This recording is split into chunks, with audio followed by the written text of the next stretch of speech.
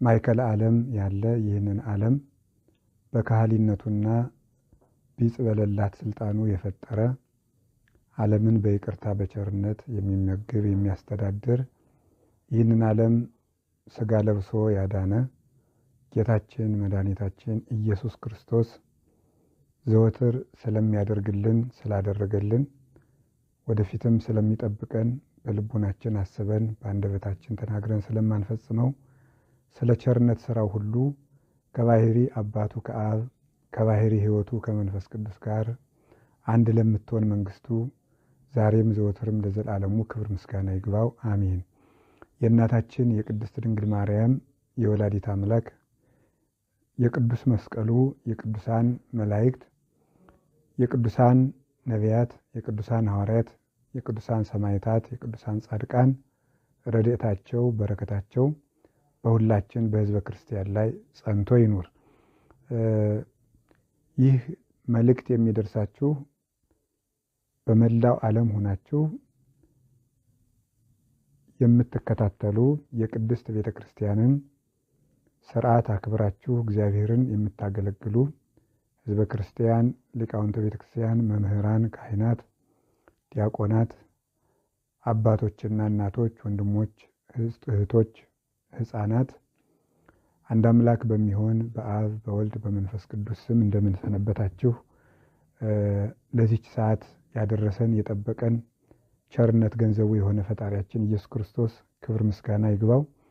በመካከላችን ተገኝቶ እንዲያስተምረን፣ እንዲመክረን፣ እንዲገስጸን የቸርነቱን ሥራ ሁሉ እንዲሰራልን የእርሱ ቅዱስ ፈቃድ ይሁንልን። ዛሬ እግዚአብሔር እንደወደደና እንደፈቀደ የምንነጋገርበት ወይም ይህንን መልእክት የምናስተላልፍበት ርዕስ የማህበራዊ የመገናኛ መረብ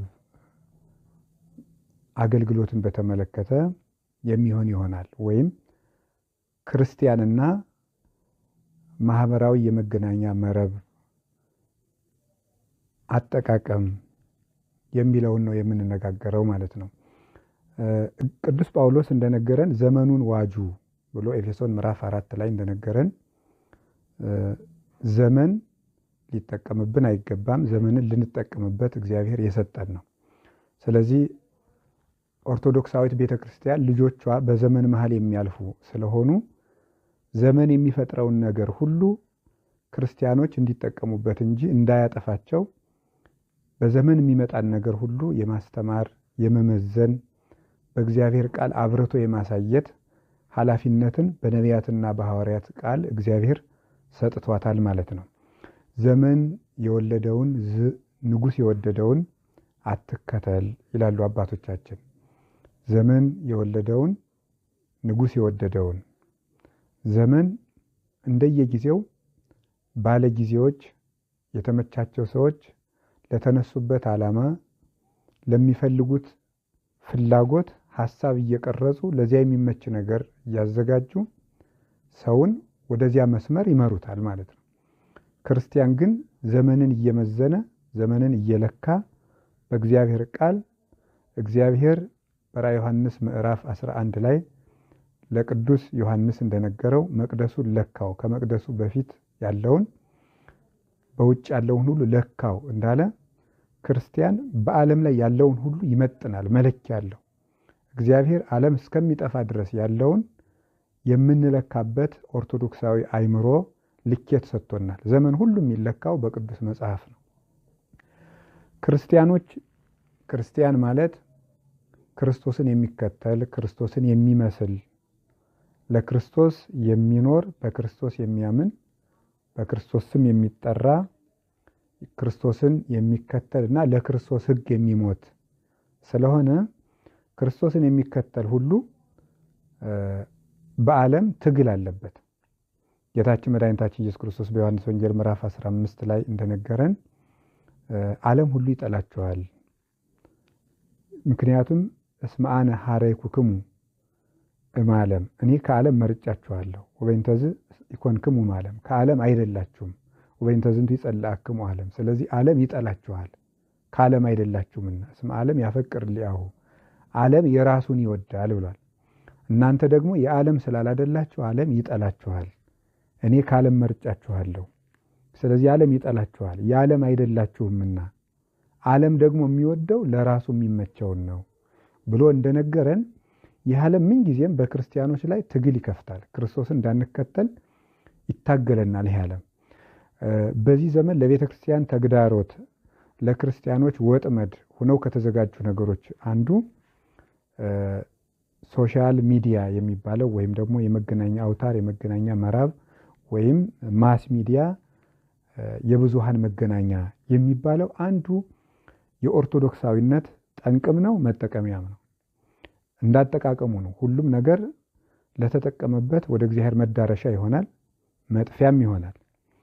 ላወቀበት ሰይጣን ራሱ ከእግዚአብሔር ያደርሳል።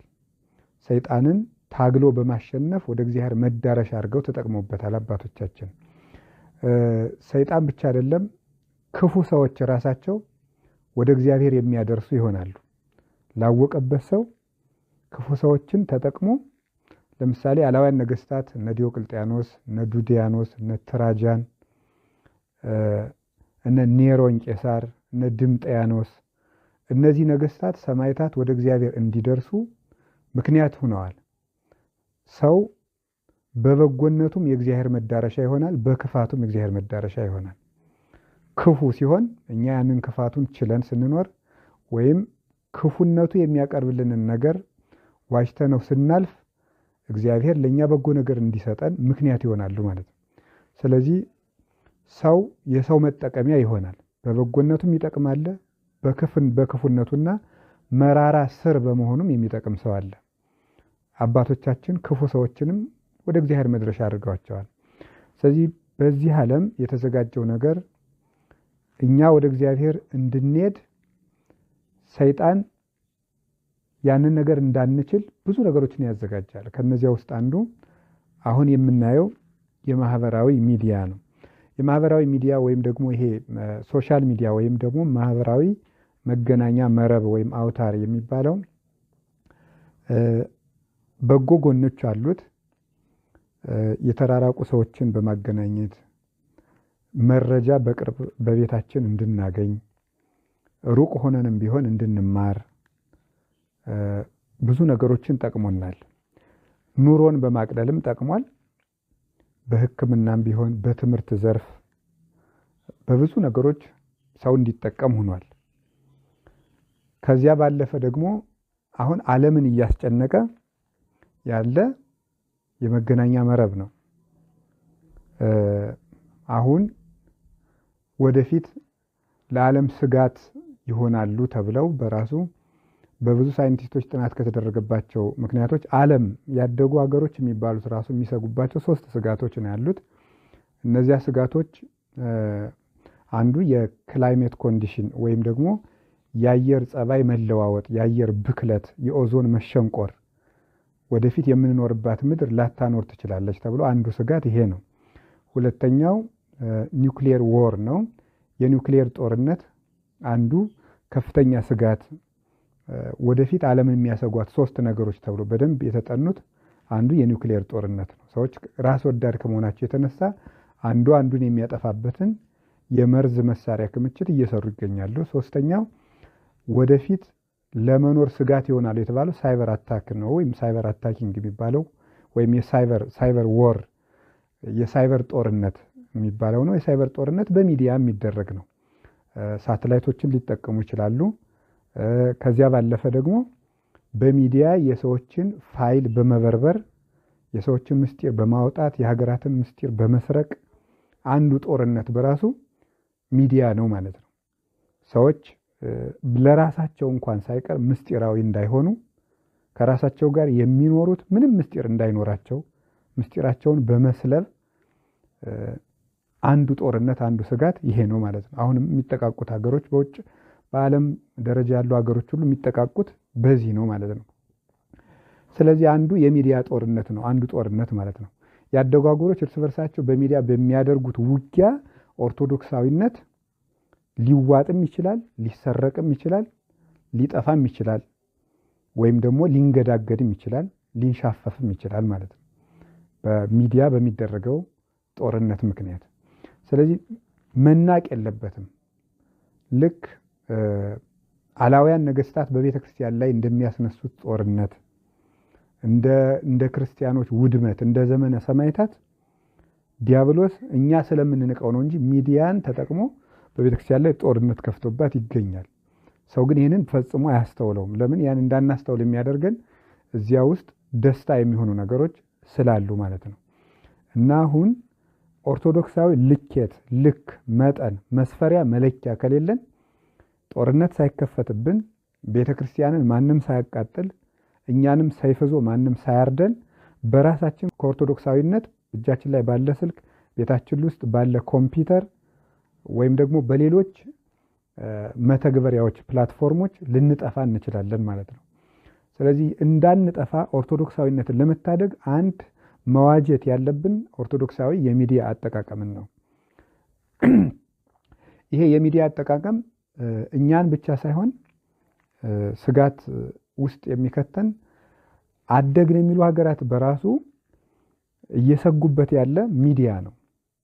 በጣም ብዙ ጥናቶች ተደርገው አንዱ ሀገራትን የሚያጠፋብን ሚዲያ ነው፣ ወጣቶችን በሚዲያ አጥተናቸዋል ብለው ትልልቅ የዩኒቨርሲቲ ምሁራን የሚባሉት ዓለም አቀፍ ሳይንቲስቶች ሳይቀር ጥናት እያደረጉ እያቀረቡ ነው። አንዱ ሱስ የሚባለው በራሱ የስልክ ፎን አዲክትድ የሚባል ሰው በራሱ አለ። የስልክ ሱስ የያዘው ሰው ስልክ ራሱ አንድ ሱስ ነው። ልክ እንደ ሲጋራ እንደ ሌሎችም ነገሮች የስልክ ሱሰኛ የሆነ ሰው አለ ማለት ነው። ስለዚህ ስልክ አንዱ ሱስ ነው ተብሎ ለዚህ ተብሎ ሳይካትሪስቶች፣ ሳይኮሎጂስቶች፣ አማካሪዎች እየተመደቡም በዓለም አቀፍ ደረጃ ጥናቶች እየቀረቡ ነው ያሉት ማለት ነው። በሚዲያ ሀገር ይጠፋል። ሌላው ቀርቶ አሁን ዓለምን እየመራችው ያለችው ሀገር አሜሪካ ናት።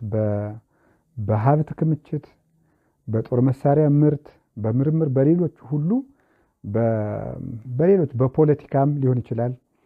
በየትኛዎቹም አጋጣሚዎች የዓለም የዲሞክራሲ ጠበቃ ነኝ የምትለው አሜሪካም እንኳ ሳይቀር አሜሪካ በሚዲያ ትሞታለች እያሉ ምሁራኖቿ እየተናገሩ ነው። ሚዲያ ይገላታል። ጠላቶቿ ከሚገሏት ይልቅ ሚዲያ ልጆቿን አሳጥቷት አሜሪካ ልትፈርስ ልትጠፋ ትችላለች እያሉ የሚናገሩ ምሁራን እጅግ አሉ። ለምሳሌ ዌይማን የሚባል የእስራኤል ፕሮፌሰር ነው። ጥናት አድርጎ እሱ ራሱ ሚዲያ ያጠፋል፣ አንዱ አሸባሪነት የሚደረገው በሚዲያ ነው ብሎ አስቀምጧል ጥናት አድርጎ። የተለያዩ ሀገራት በአሜሪካም ያሉ ተደጋግሞ እንደሚነገረው ካሁን ቀደም እኔም ተናግሬ ያውቃለሁ። ይህንን ሰው ቶሚ ኒኮላውስ የሚባል ሰው ነው። ዘ ዴዝ ኦፍ ኤክስፐርታይዝ የሚል መጽሐፍ አለው። የእውቀት ሞት ወይም እውቀት ሲሞት፣ ሊቅነት ሲሞት ብሎ የጻፉ መጽሐፍ ላይ እሱ ራሱ አሜሪካን እየገደላት ያለ አንዱ ሶሻል ሚዲያ ነው ብሎ በመጽሐፉ አስቀምጧል። በጣም ብዙ ጥናቶች አሉ። እንግዲህ በዓለም ያሉ ሰዎች ለኑሮ በሴኩላር መንገድ በሚኖሩት በዓለም የሚኖሩ ሰዎች ለዓለማዊ ኑሯችን እንኳን ሚዲያ እንቅፋት ሆኗል ብለው ካሰቡ ኦርቶዶክሳዊነት ላይ ሚዲያ ምን ያህል እንቅፋት ሊሆን እንደሚችል አይምሮ ያለው ሰው ሁሉ ይህን ከማስተዋል ወደ ኋላ አይልም። ሁላችንም የምንረዳው ጉዳይ ነው። ስለዚህ ማስተዋል አለብን። ምናልባት ሰይጣን አንዱ ተንኮሉ እየጎዳን ያለ ነገር እየጎዳን መሆኑን እንዳንረዳ ማድረግ አንዱ አሰራሩ ነው። በአንድ ነገር እየተጎዳን እንደሆነ እንዳይገባን ያደርጋል፣ ደስታውን ብቻ እንድናይ። ስለዚህ እንዲገባን ለማሳሰብ ነው። የቤተ ክርስቲያን መምህራን አንዱ ዓላማ አላርም መስጠት ነው። በአንድ ነገር ላይ ሰይጣን ስለሚያፈዘን ስለሚያደነግዘን ይሄ ነገር እየጎዳን ነው ብሎ ማሳየት ነው፣ መንገድ መምራት ነው። እውቀት ብርሃን ነው የሚባለው ለዚህ ነው። ብርሃን ነው የሚባልበት ምክንያት በጨለማ እየሄድን እያለ እንቅፋት እንዳይመጣን አንድ ሰው መብራት ሲያበራልን እንቅፋቱን እናይና እናልፈዋለን ነው። ስለዚህ እውቀት ፊታችን ላይ የተጋረጠውን እንቅፋት መሆኑን እንዲገባን ማድረግ ነው። ስለዚህ መጽሐፍ ቅዱሳዊ ዓላማችንም ይሄ ነው። ትምህርት የሚያስፈልገው የክርስቶስ ተከታይ ክርስቲያኖች አዋቂ እንዲሆኑ ሊቅ እንዲሆኑ ማብቃት አይደለም። ሊቅነት አይደለም የክርስትና መስፈርት። የክርስትና መስፈርቱ በወንጌል ብርሃን እንቅፋቱን አይተን መንገዱን ተመልክተን አካሄዳችን ወይም የተንሻፈፈ ወይም የተንገዳገደ ወይም የወደቀ እንዳይሆን እንቅፋት እንዳይመጣን አርት ሁረተ ወፍኖቴ እንዳለ ቅዱስ ዳዊት መንገዴንም አካሄዴንም አቅና። ኦርቶዶክሳዊ ማለት የቀና ጎዳና፣ የቀና ሐሳብ፣ የቀና እምነት ማለት ነው። በቀና ጎዳና ላይ አይኑን ገጥሞ የሚሄድ ሰው መውደቁ አይቀርም። ስለዚህ መንገዱ ብቻ ሳይሆን መቅናት ያለበት አካሄዱም ነው። አካሄዱ ያልቀና ሰው በቀና ጎዳና ላይ በተደለደለ ጎዳና በንጉሥ መንገድ እየሄደም ሊወድቅ ይችላል። ስለዚህ አካሄድ ማወቅ ወንሁር በፍኖተ ንጉሥ ይላል ቴዎዶሲዎስ ዘአንጾኪያ የሚባል ሊቅ ሃይማኖተ አበው ላይ ሲናገር በጥርጊያ ጎዳና በተጠረገ ጎዳና እንሂድ። በጉጻጉጽ ጎዳና የሚሄድ ሰው በየደቂቃው እየወደቀ ነው፣ እየተሰበረ ነው የሚሄደው። ስለዚህ መንገድ መምረጥ አንድ ነገር ነው። መንገድ መርጠናል። እግዚአብሔር ነው የመረጠን፣ እኛ አይደለንም። እኛም ደግሞ በእምነታችን ነፃ ፈቃዳችን ተጠቅመን መርጠን ኦርቶዶክሳዊ መንገድን አባቶቻችን ጠርገውንን ኦርቶዶክስ የቀና ጎዳና ነው፣ የቀና እምነት፣ የቀና ጎዳና ፍኖተ አበውን፣ ፍኖተ ነቢያት፣ ፍኖተ ሐዋርያትን መርጠናል። አካሄዳችን ካላማረ ደግሞ በቀናው መንገድ ላይም ወድቀን ልንስፈጠፈጥ ልንሰበርም እንችላለን። ክርስቶስ ራሱ የማዕዘን ራስ መሆኑ ቀርቶ የመሰበሪያ ድንጋይም ሊሆን ይችላል። ያ እንዳይሆን አካሄድን አሳምሮ መጓዝ ከኦርቶዶክሳውያን ይጠበቃል። ስለዚህ አንዱ የሚዲያ አጠቃቀማችን ማሳመር አለብን። አዲስ ዓመት እየመጣ ነው። በአዲስ ዓመት ከምናቅዳቸው እቅዶች አንዱ ኦርቶዶክሳዊ የሚዲያ አጠቃቀም ሊኖረን ይገባል የሚለውን ማሰብ አለብን። ሚዲያ አጠቃቀሚ እንዴት ነው መሆን ያለብን? ይሄ ለማለት ሚዲያ እየጠቀመን ያለውን ያህል ለምሳሌ አሁን ከሚዲያ ጥቅሞች አንዱ ይሄን መልእክት እንኳን እያስተላለፍኩ ያለሁት በሚዲያ ነው። ኦርቶዶክሳዊ ትምህርቶች እየተላለፉ ያሉት በሚዲያ ነው። ስለዚህ በዚህ መልኩ ጠቅሞናል ማለት ነው። ቤተ ክርስቲያን የመጠቅለልና የጨለምተኝነት አይን የላትም። ሁሉንም ነገር መልካሙን ትጠቀምበታለች፣ ክፉን ክፉ ትላለች እንጂ ሚዲያ ኃጢአት ነው የሚል የለንም። ስለዚህ ኃጢአት ነው ለማለት እንኳን እየተናገርኩ ያለሁት በሚዲያ ስለሆነ ቢሆን እንኳን ነገር ግን እዚያ ውስጥ የሚጎዱንን ነገሮች ማየት አለብን። ስለዚህ አሁን የሚዲያ አጠቃቀማችን እናሳምር ከማለት በፊት ሚዲያ እየጎዳን ያለው ነገር ምንድን ነው የሚለውን ማወቅ አለብን ማለት ነው። ያመጣብን ያለው ጉዳት ምንድን ነው? ስለዚህ የሚዲያ ጉዳቶች ምንድን ናቸው የሚሉት የግብፅ ኦርቶዶክስ ተዋሕዶ ቤተክርስቲያን ጥናት አጥንታ ይህንን ለወጣቶች ታስተምራለች። በሰንበት ትምህርት ቤት ካሪኩለም ውስጥ የሚዲያ አጠቃቀም በካሪኩለም ከሚሰጡ ትምህርቶች አንዱ ለምሳሌ 12ኛ ክፍል ግሬድ 12 ሰንዴይ ስኩል ትምህርት አለ። የ12ኛ ክፍል የሰንበት ትምህርት ቤት ካሪኩለም አለ። እዚያ ውስጥ የሶሻል ሚዲያ አጠቃቀም አንድ ምዕራፍ ሰጥተውት አንድ ሐሳብ ሰጥተውት ትምህርት ተደርጎ ይሰጣል እና እዚያ ውስጥም ያስቀመጡትም ሌሎች ምሁራን ያስቀመጡትም የሶሻል ሚዲያ ተጽዕኖዎችን አንስተ መጀመሪያ እንነጋገራለን። ሶሻል ሚዲያ ወይም ደግሞ ማህበራዊ ማስ ሚዲያ የሚባለው ወይም ደግሞ ማህበራዊ አውታር የመገናኛ መረብ የሚባለው የሚያመጣብን ጉዳት ምንድነው? የመጀመሪያው ጊዜ ማባከን ነው። ሚዲያ የሚጎዳው ጉዳት ጊዜ ያባክናል። እግዚአብሔር በምድር ላይ የሰጠን ትልቁ ሀብት ጊዜ ነው። ጌታችን መድኃኒታችን ኢየሱስ ክርስቶስ የዮሐንስ ወንጌል ምዕራፍ 12 ላይ ጊዜን ወይም እድሜን ብርሃን ይለዋል። አንሶስው እንዘ ብርሃን ብክሙ፣ ብርሃን ሳለላችሁ ተመላለሱ። እስመ ዘያሐውር ውስተ ጽልመት ኢየአምር ኀበ ዘያሐውር፣ በጨለማ የሚሄድ ሰው የሚሄድበትን አያውቅም ብሏል እና ይህንን በትርጓሜ ቤት ሲተረጎም ብርሃን ያለው በቀን ተመላለሱ። በቀን የሚሄድ ሰው የሚሄድበትን ያውቃል፣ በጨለማ የሚሄድ ግን የሚሄድበትን አያውቅም ይላል። ብርሃን ያለው አንድ እድሜን ነው ይላሉ አባቶቻችን። እድሜያችሁ ሳያልቅ ተመላለሱ ነው እና እድሜ ብርሃን ነው። ካሰቡት ያደርሳል፣ ከክርስቶስ ያደርሳል፣ ከመንግስተ ሰማያት ያደርሳል። ስለዚህ አንዱ ዲያብሎስ የሚያጠፋብን ምንድነው? በሶሻል ሚዲያ ውስጥ ጊዜ የእግዚአብሔርን ጊዜ እንሰርቃለን። ለጸሎት ጊዜ እንዳይኖረን፣ ለቅዳሴ ጊዜ እንዳይኖረን፣ ቅዱሳት መጻሕፍትን የምናነብበትን ጊዜ እንዳይኖረን ያደርጋል። መጽሐፍ ለማንበብ ጊዜ እንዳይኖረን፣ ለማስቀደስ ጊዜ እንዳይኖረን፣ ለመንፈሳዊ ጉባኤያት ጊዜ እንዳይኖረን ያደርጋል። ጊዜ እግዚአብሔር ስራን የሰራ በጊዜ ነው። ለምሳሌ 6 ቀናትን ሚዲያ እየተመለከትን ብናባክንና መጽሐፍ ሳንመለከት ብንቀር፣ ሳንጸልይ ብንቀር 6 ቀን ለኛ እንደዋዛን የምናሳልፈው። እግዚአብሔር ግን ይህንን ዓለም የፈጠረው 6 ቀን ነው። 6 ቀን እግዚአብሔር ዓለምን የፈጠረበት ቀን ነው። በ6 ቀን ከዝናብ ነጠብጣብ ይልቅ የሚበዙ መላእክት ተፈጥረዋል። በስድስት ቀን ከዚህ በላይ ያሉ 7 ሰማያት፣ ጠፈር፣ ምድር፣ እጽዋት፣ እንስሳት፣ አራዊት፣ የፍጥረት ዘውድ የሚባለው ሰውም ጭምር የተፈጠረው በስድስቱ ቀን ውስጥ ነው። ስለ እግዚአብሔር በስድስት ቀን ዓለምን ፈጠረ ነው። እኛ ግን ምናልባት እንኳን 6 ቀን 60 ዓመታትንም ወይም 6 ዓመታትንም ሚዲያ በመመልከት ህይወታችን እያባከን ሊሆን ይችላል። በሰዓት እግዚአብሔር ብዙ ስራ ሰርቶበታል። በሰዓት ለምሳሌ ሰማይና ምድርን ፈጥሮ የጨረሰ እግዚአብሔር በ24 ሰዓት ውስጥ ነው። እሁድ ቅዳሜ ለእሁድ አጥባ የእሁድን ሌሊቱንና ቀኑን ተጠቅሞ እግዚአብሔር ሰማይና ምድርን ፈጥሮበታል። እግዚአብሔር በ24 ሰዓት ሰማይና ምድርን ፈጥሮ እኛ 24 ዓመት ግን ሚዲያ እየተመለከትን ብንኖር ህይወታችን ምን ያህል እያጎዳ እንደሆነ ማወቅ አለብን። ስለዚህ ጊዜ ሀብት ነው። ለምሳሌ በጌታ ቀኝ የተሰቀለው ወንበዴ መንግስተ ሰማያት እድሜ ልኩን በደም ተነክሮ ኖሮ መንግስተ ሰማያትን ወይም ገነትን ያዋጃት 3 ሰዓት ውስጥ ከክርስቶስ ጋር ቆይቶ ነው።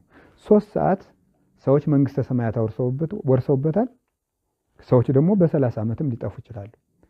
ስለዚህ እድሜ እግዚአብሔር የሰጠን እድል ነው። በጊዜ ሰው ሀብታም ይሆናል። የእንቅልፍ ጊዜያችን ይሻማል። ለምሳሌ ሶሻል ሚዲያ የእንቅልፍ ጊዜን ይሻማል።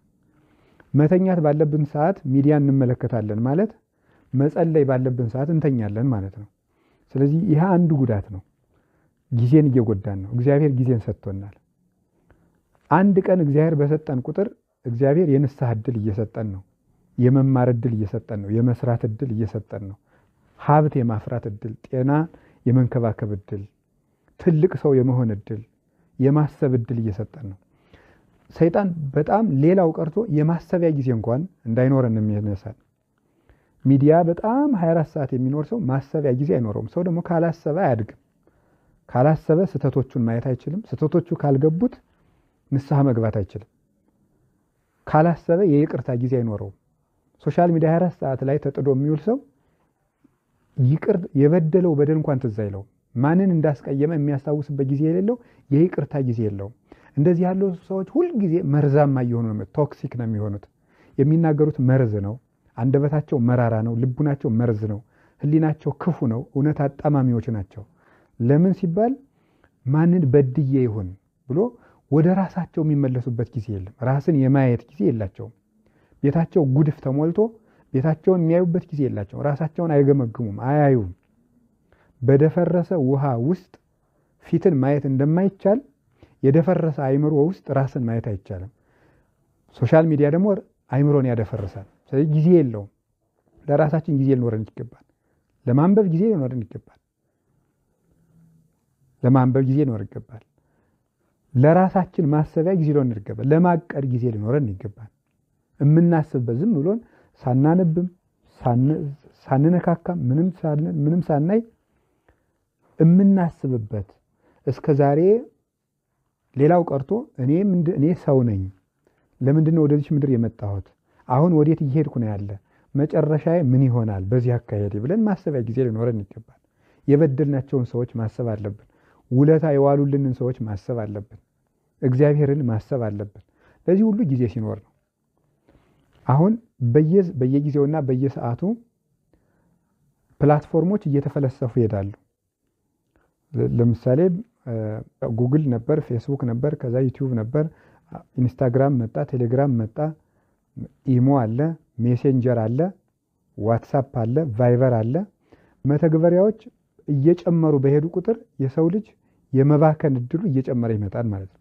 የመባከን እድሉ ይመጣል። በቴሌግራም ከአንድ ሰው ሲያወራ ቆይቶ ጋር በቫይበር ሌላ ሰው ጋር ያወራል። በዚያ ሲያወራ ቆይቶ በዋትሳፕ ሌላ ሰው ጋር ያወራል። ስለዚህ መተግበሪያዎች መብዛታቸው እንድንባክን ነው የሚያደርጉን። ማባከን ማለት ደግሞ የማሰቢያ ጊዜ የለውም። ሌላው ቀርቶ ይሄን በመንፈሳዊነት ብቻ አይደለም፣ በዓለም ደረጃ እንኳን ሰውን ሰው ያሰኘው ማሰቡ ነው ይባላል። ለኛ ከዚህ በላይ ነው። ኦርቶዶክሳዊነት ሰውን ሰው ያሰኘው ማሰቡ ብቻ አይደለም፣ ሰው ጥፋትን ስለሚያስብ። የማሰቢያ ጊዜ ከሌለን ሰው ራሱ አይደለንም ማለት ነው። ሰው ራሱ አይደለንም። ስለዚህ ለማሰብም ለመማርም ለማንበብም ጊዜ ሊኖረን ይገባል። ለራሱ ጊዜ የሌለው ሰው ወዳጅነትም አያውቅም፣ የሀገር ፍቅር አያውቅም፣ የእግዚአብሔር ፍቅር አያውቅም፣ የጓደኛ ፍቅር አያውቅም፣ የትዳር ፍቅር አያውቅም። ለራሱ ጊዜ የሌለው ሰው። ስለዚህ ለራሳችን ጊዜ መስጠት አለብን። ስራ ስለሰራን ብቻ እየኖርን ነው ማለት አይደለም። ሰው ውሎ ገብቶ ለማሰቢያ ጊዜ ከሌለው ኑሮ የድግግሞሽ ኑሮ ነው፣ የልብ ደስታ ውስጥ የለም። ስለዚህ ጊዜያችን ያባክናል። አንድ እየባከነብን ያለ ይሄ ነው። ኦርቶዶክሳውያን ለሚዲያ ጊዜ ያላቸው፣ ለትምህርት ግን ጊዜ የለንም፣ ለተመስጦ ጊዜ የለንም፣ ለጸሎት ጊዜ የለንም። ተጣድፈን ጸሎታችን እንጨርሳለን፣ ተረጋግተን ሚዲያ እናዳምጣለን። ይሄ ነፍሳችንን እንደ ጦር የሚጎዳት ነገር ነው ማለት ነው። እና አንዱ የሚጎዳን ነገር ይሄ ነው። ሁለተኛው የመገናኛ መረብ እየጎዳን ያለው ጉዳት የተከተተ ህሊና እንዳይኖረን ማድረግ ነው። ወይም ደግሞ የተከተተ ህሊና ክት አይምሮ ይሉታል አባቶቻችን። ኮንሰንትሬሽን ወይም ፎከስድ መሆን ማለት ነው። በአንድ ነገር ላይ ትኩረት ማድረግ እንዳንሰበሰብ ያደርገናል ማለት ነው። ወይም ደግሞ ግራ የተጋባ ሰው እንሆናለን፣ ኮንፊውዥን ውስጥ የገባን ሰው እንሆናለን ማለት ነው። ሁልጊዜ ግራ የተጋባንን ነገሮችን የምንዘነጋ የምንረሳ፣ አንድን ነገር አቋም የሌለን ያዝ ለቀቅ የምናደርግ ሰዎች እንሆናለን። በአንድ ነገር ላይ ስልቹ እንድንሆን ያደርገናል።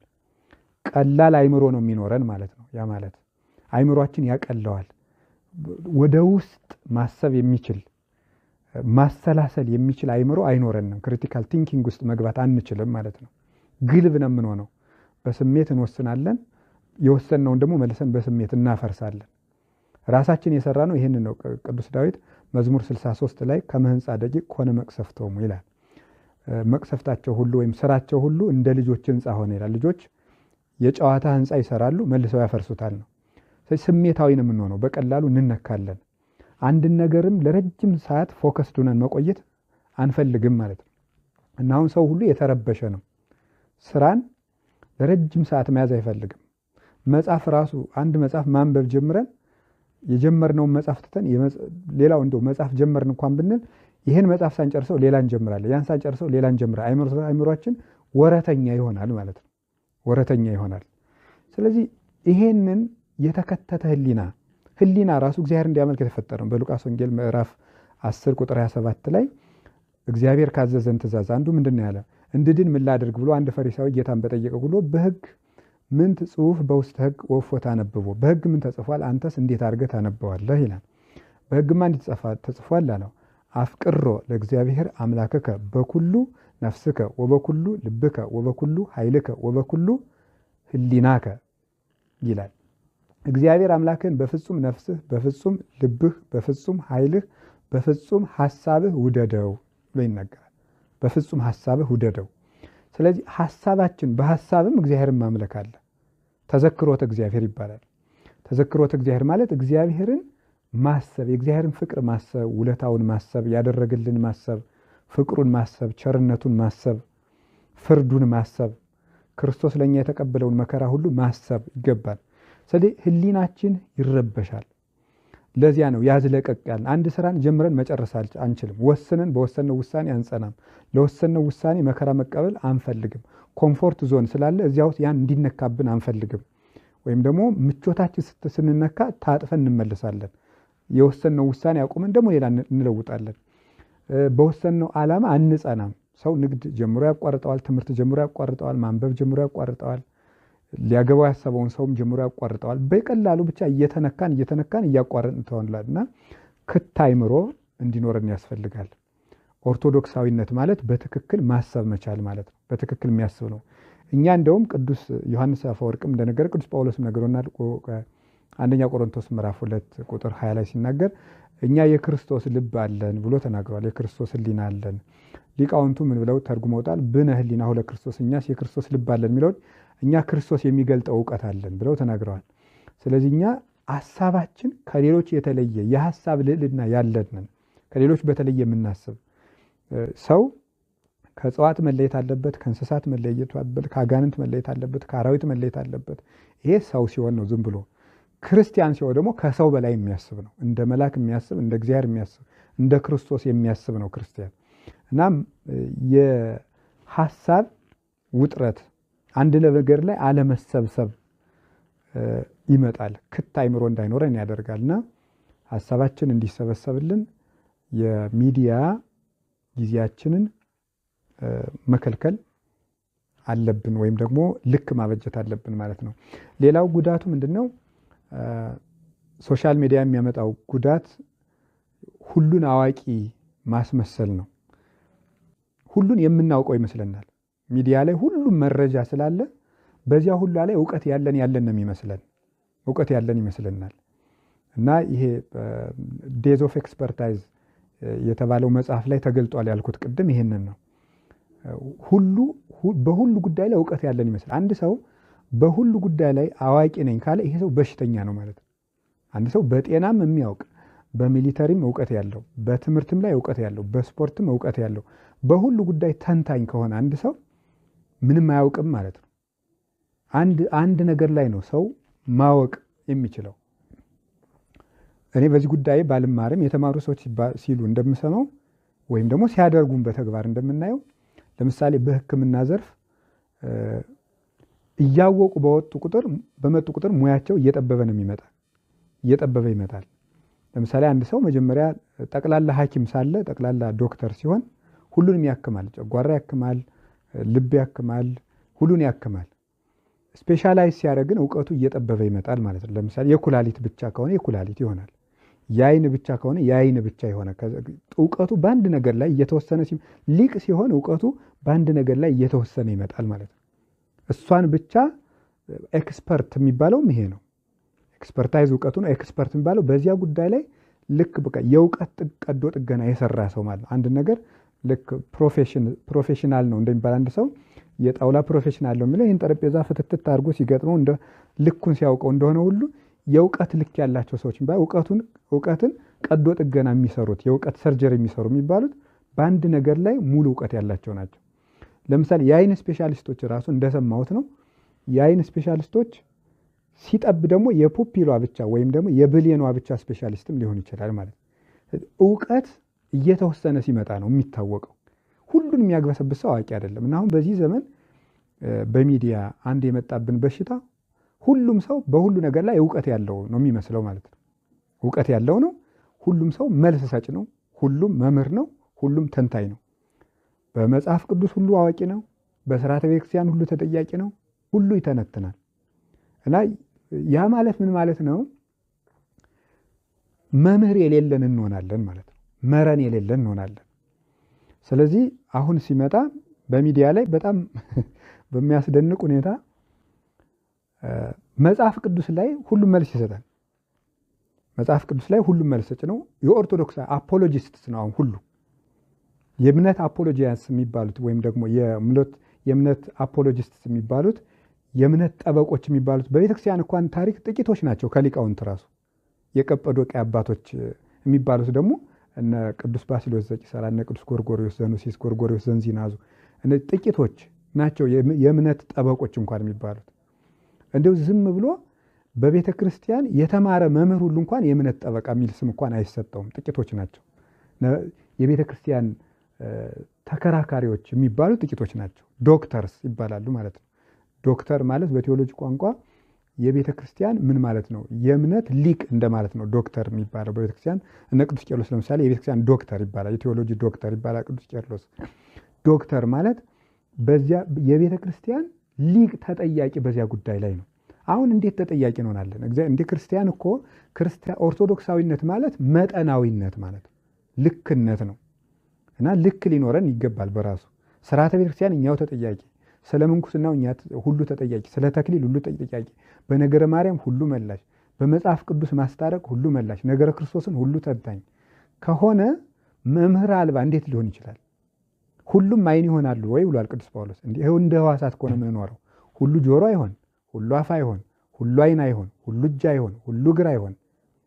ቅዱስ ጳውሎስ የሚመክርም በመምከሩ ይትጋ፣ የሚያስተምርም በማስተማሩ ይትጋ ብሏል። ሁሉን አይሰራም። ያዕቆብም በመልእክቱ ያዕቆብ መልእክት ምዕራፍ 3 ቁጥር 1 ላይ ኢይኩኑ ብዙሃን መምህራን ውስቴትክሙ እስመ ቅሩ ሙስናነ በዲበ አንቀጽ፣ ከእናንተ መካከል ብዙዎች መምህራን አይሆኑ እንደምንሰናከል ታውቃላችሁና ይላል። እንደምንስት ታውቃላችሁ ይላል። እንግዲህ ሐዋርያው የጌታን ብርሃን በደብረ ታቦር ተገልጦለት ክርስቶስ በባህር ላይ በእግሩ ሲሄድ አይቶ ህብስት ሲያበረክት አይቶት አልዓዛርን ሲያስነሳ አይቶት ሙታንን ሲቀሰቅስ ድዊ ሲፈውስ ጎባጣ ሲያቀና ሽባ ሲተረትር ዓይን ሲያበራ ዲዳ ሲያናግር አይቶት በተዘጋ ቤት ሲገባ አይቶት 7ቱ ታምራት በስቅለት ሲደረጉ አይቶ የትንሣኤውን ብርሃን ገልጦላቸው ሲያርግ አይቶት መንፈስ ቅዱስ የወረደለት ሐዋርያ ራሱ ነው እንደምንስት ታውቃላችሁ ያለው እና ሁሉም ሰው መምህር ከሆነ ቤተክርስቲያንን እናጠፋታለን። ቆይ መምህር ይምጣ፣ መምህራን ይጠየቁበት፣ አበው ይጠየቁበት ማለት መጽሐፍ ቅዱስ ላነበበው ሁሉ አይገለጥም። ተምረን ሰርተን አበውን ጠይቀን የምናውቀው ነው እንጂ አንብቦ ሰው ሁሉ የሚያፍሰው መረጃ አይደለም። ሁሉም እኮ ባለሙያ ያለው በእውነት ማለት ነው።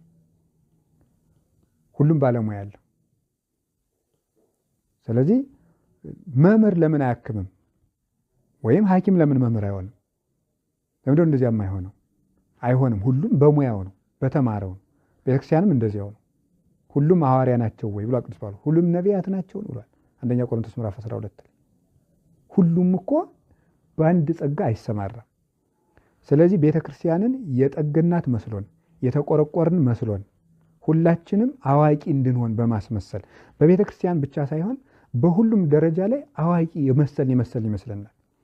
ያ እንዳይሆን ሁላችንም ለመምህራን ቦታ ብንሰጥ ለቤተክርስቲያን ትምህርት በአፖስቶሊክ ሰክሴሽን በመጣው በሐዋርያዊ ቅብብሎች በመጣው ትምህርት እንድንመራ የአበውን ትምህርት ወደ መመርመር ወደ ቤተክርስቲያን መመለስ አለብን እንጂ ሁላችንም ተናጋሪዎች ባንሆን እግዚአብሔር እኛን ይምረናል።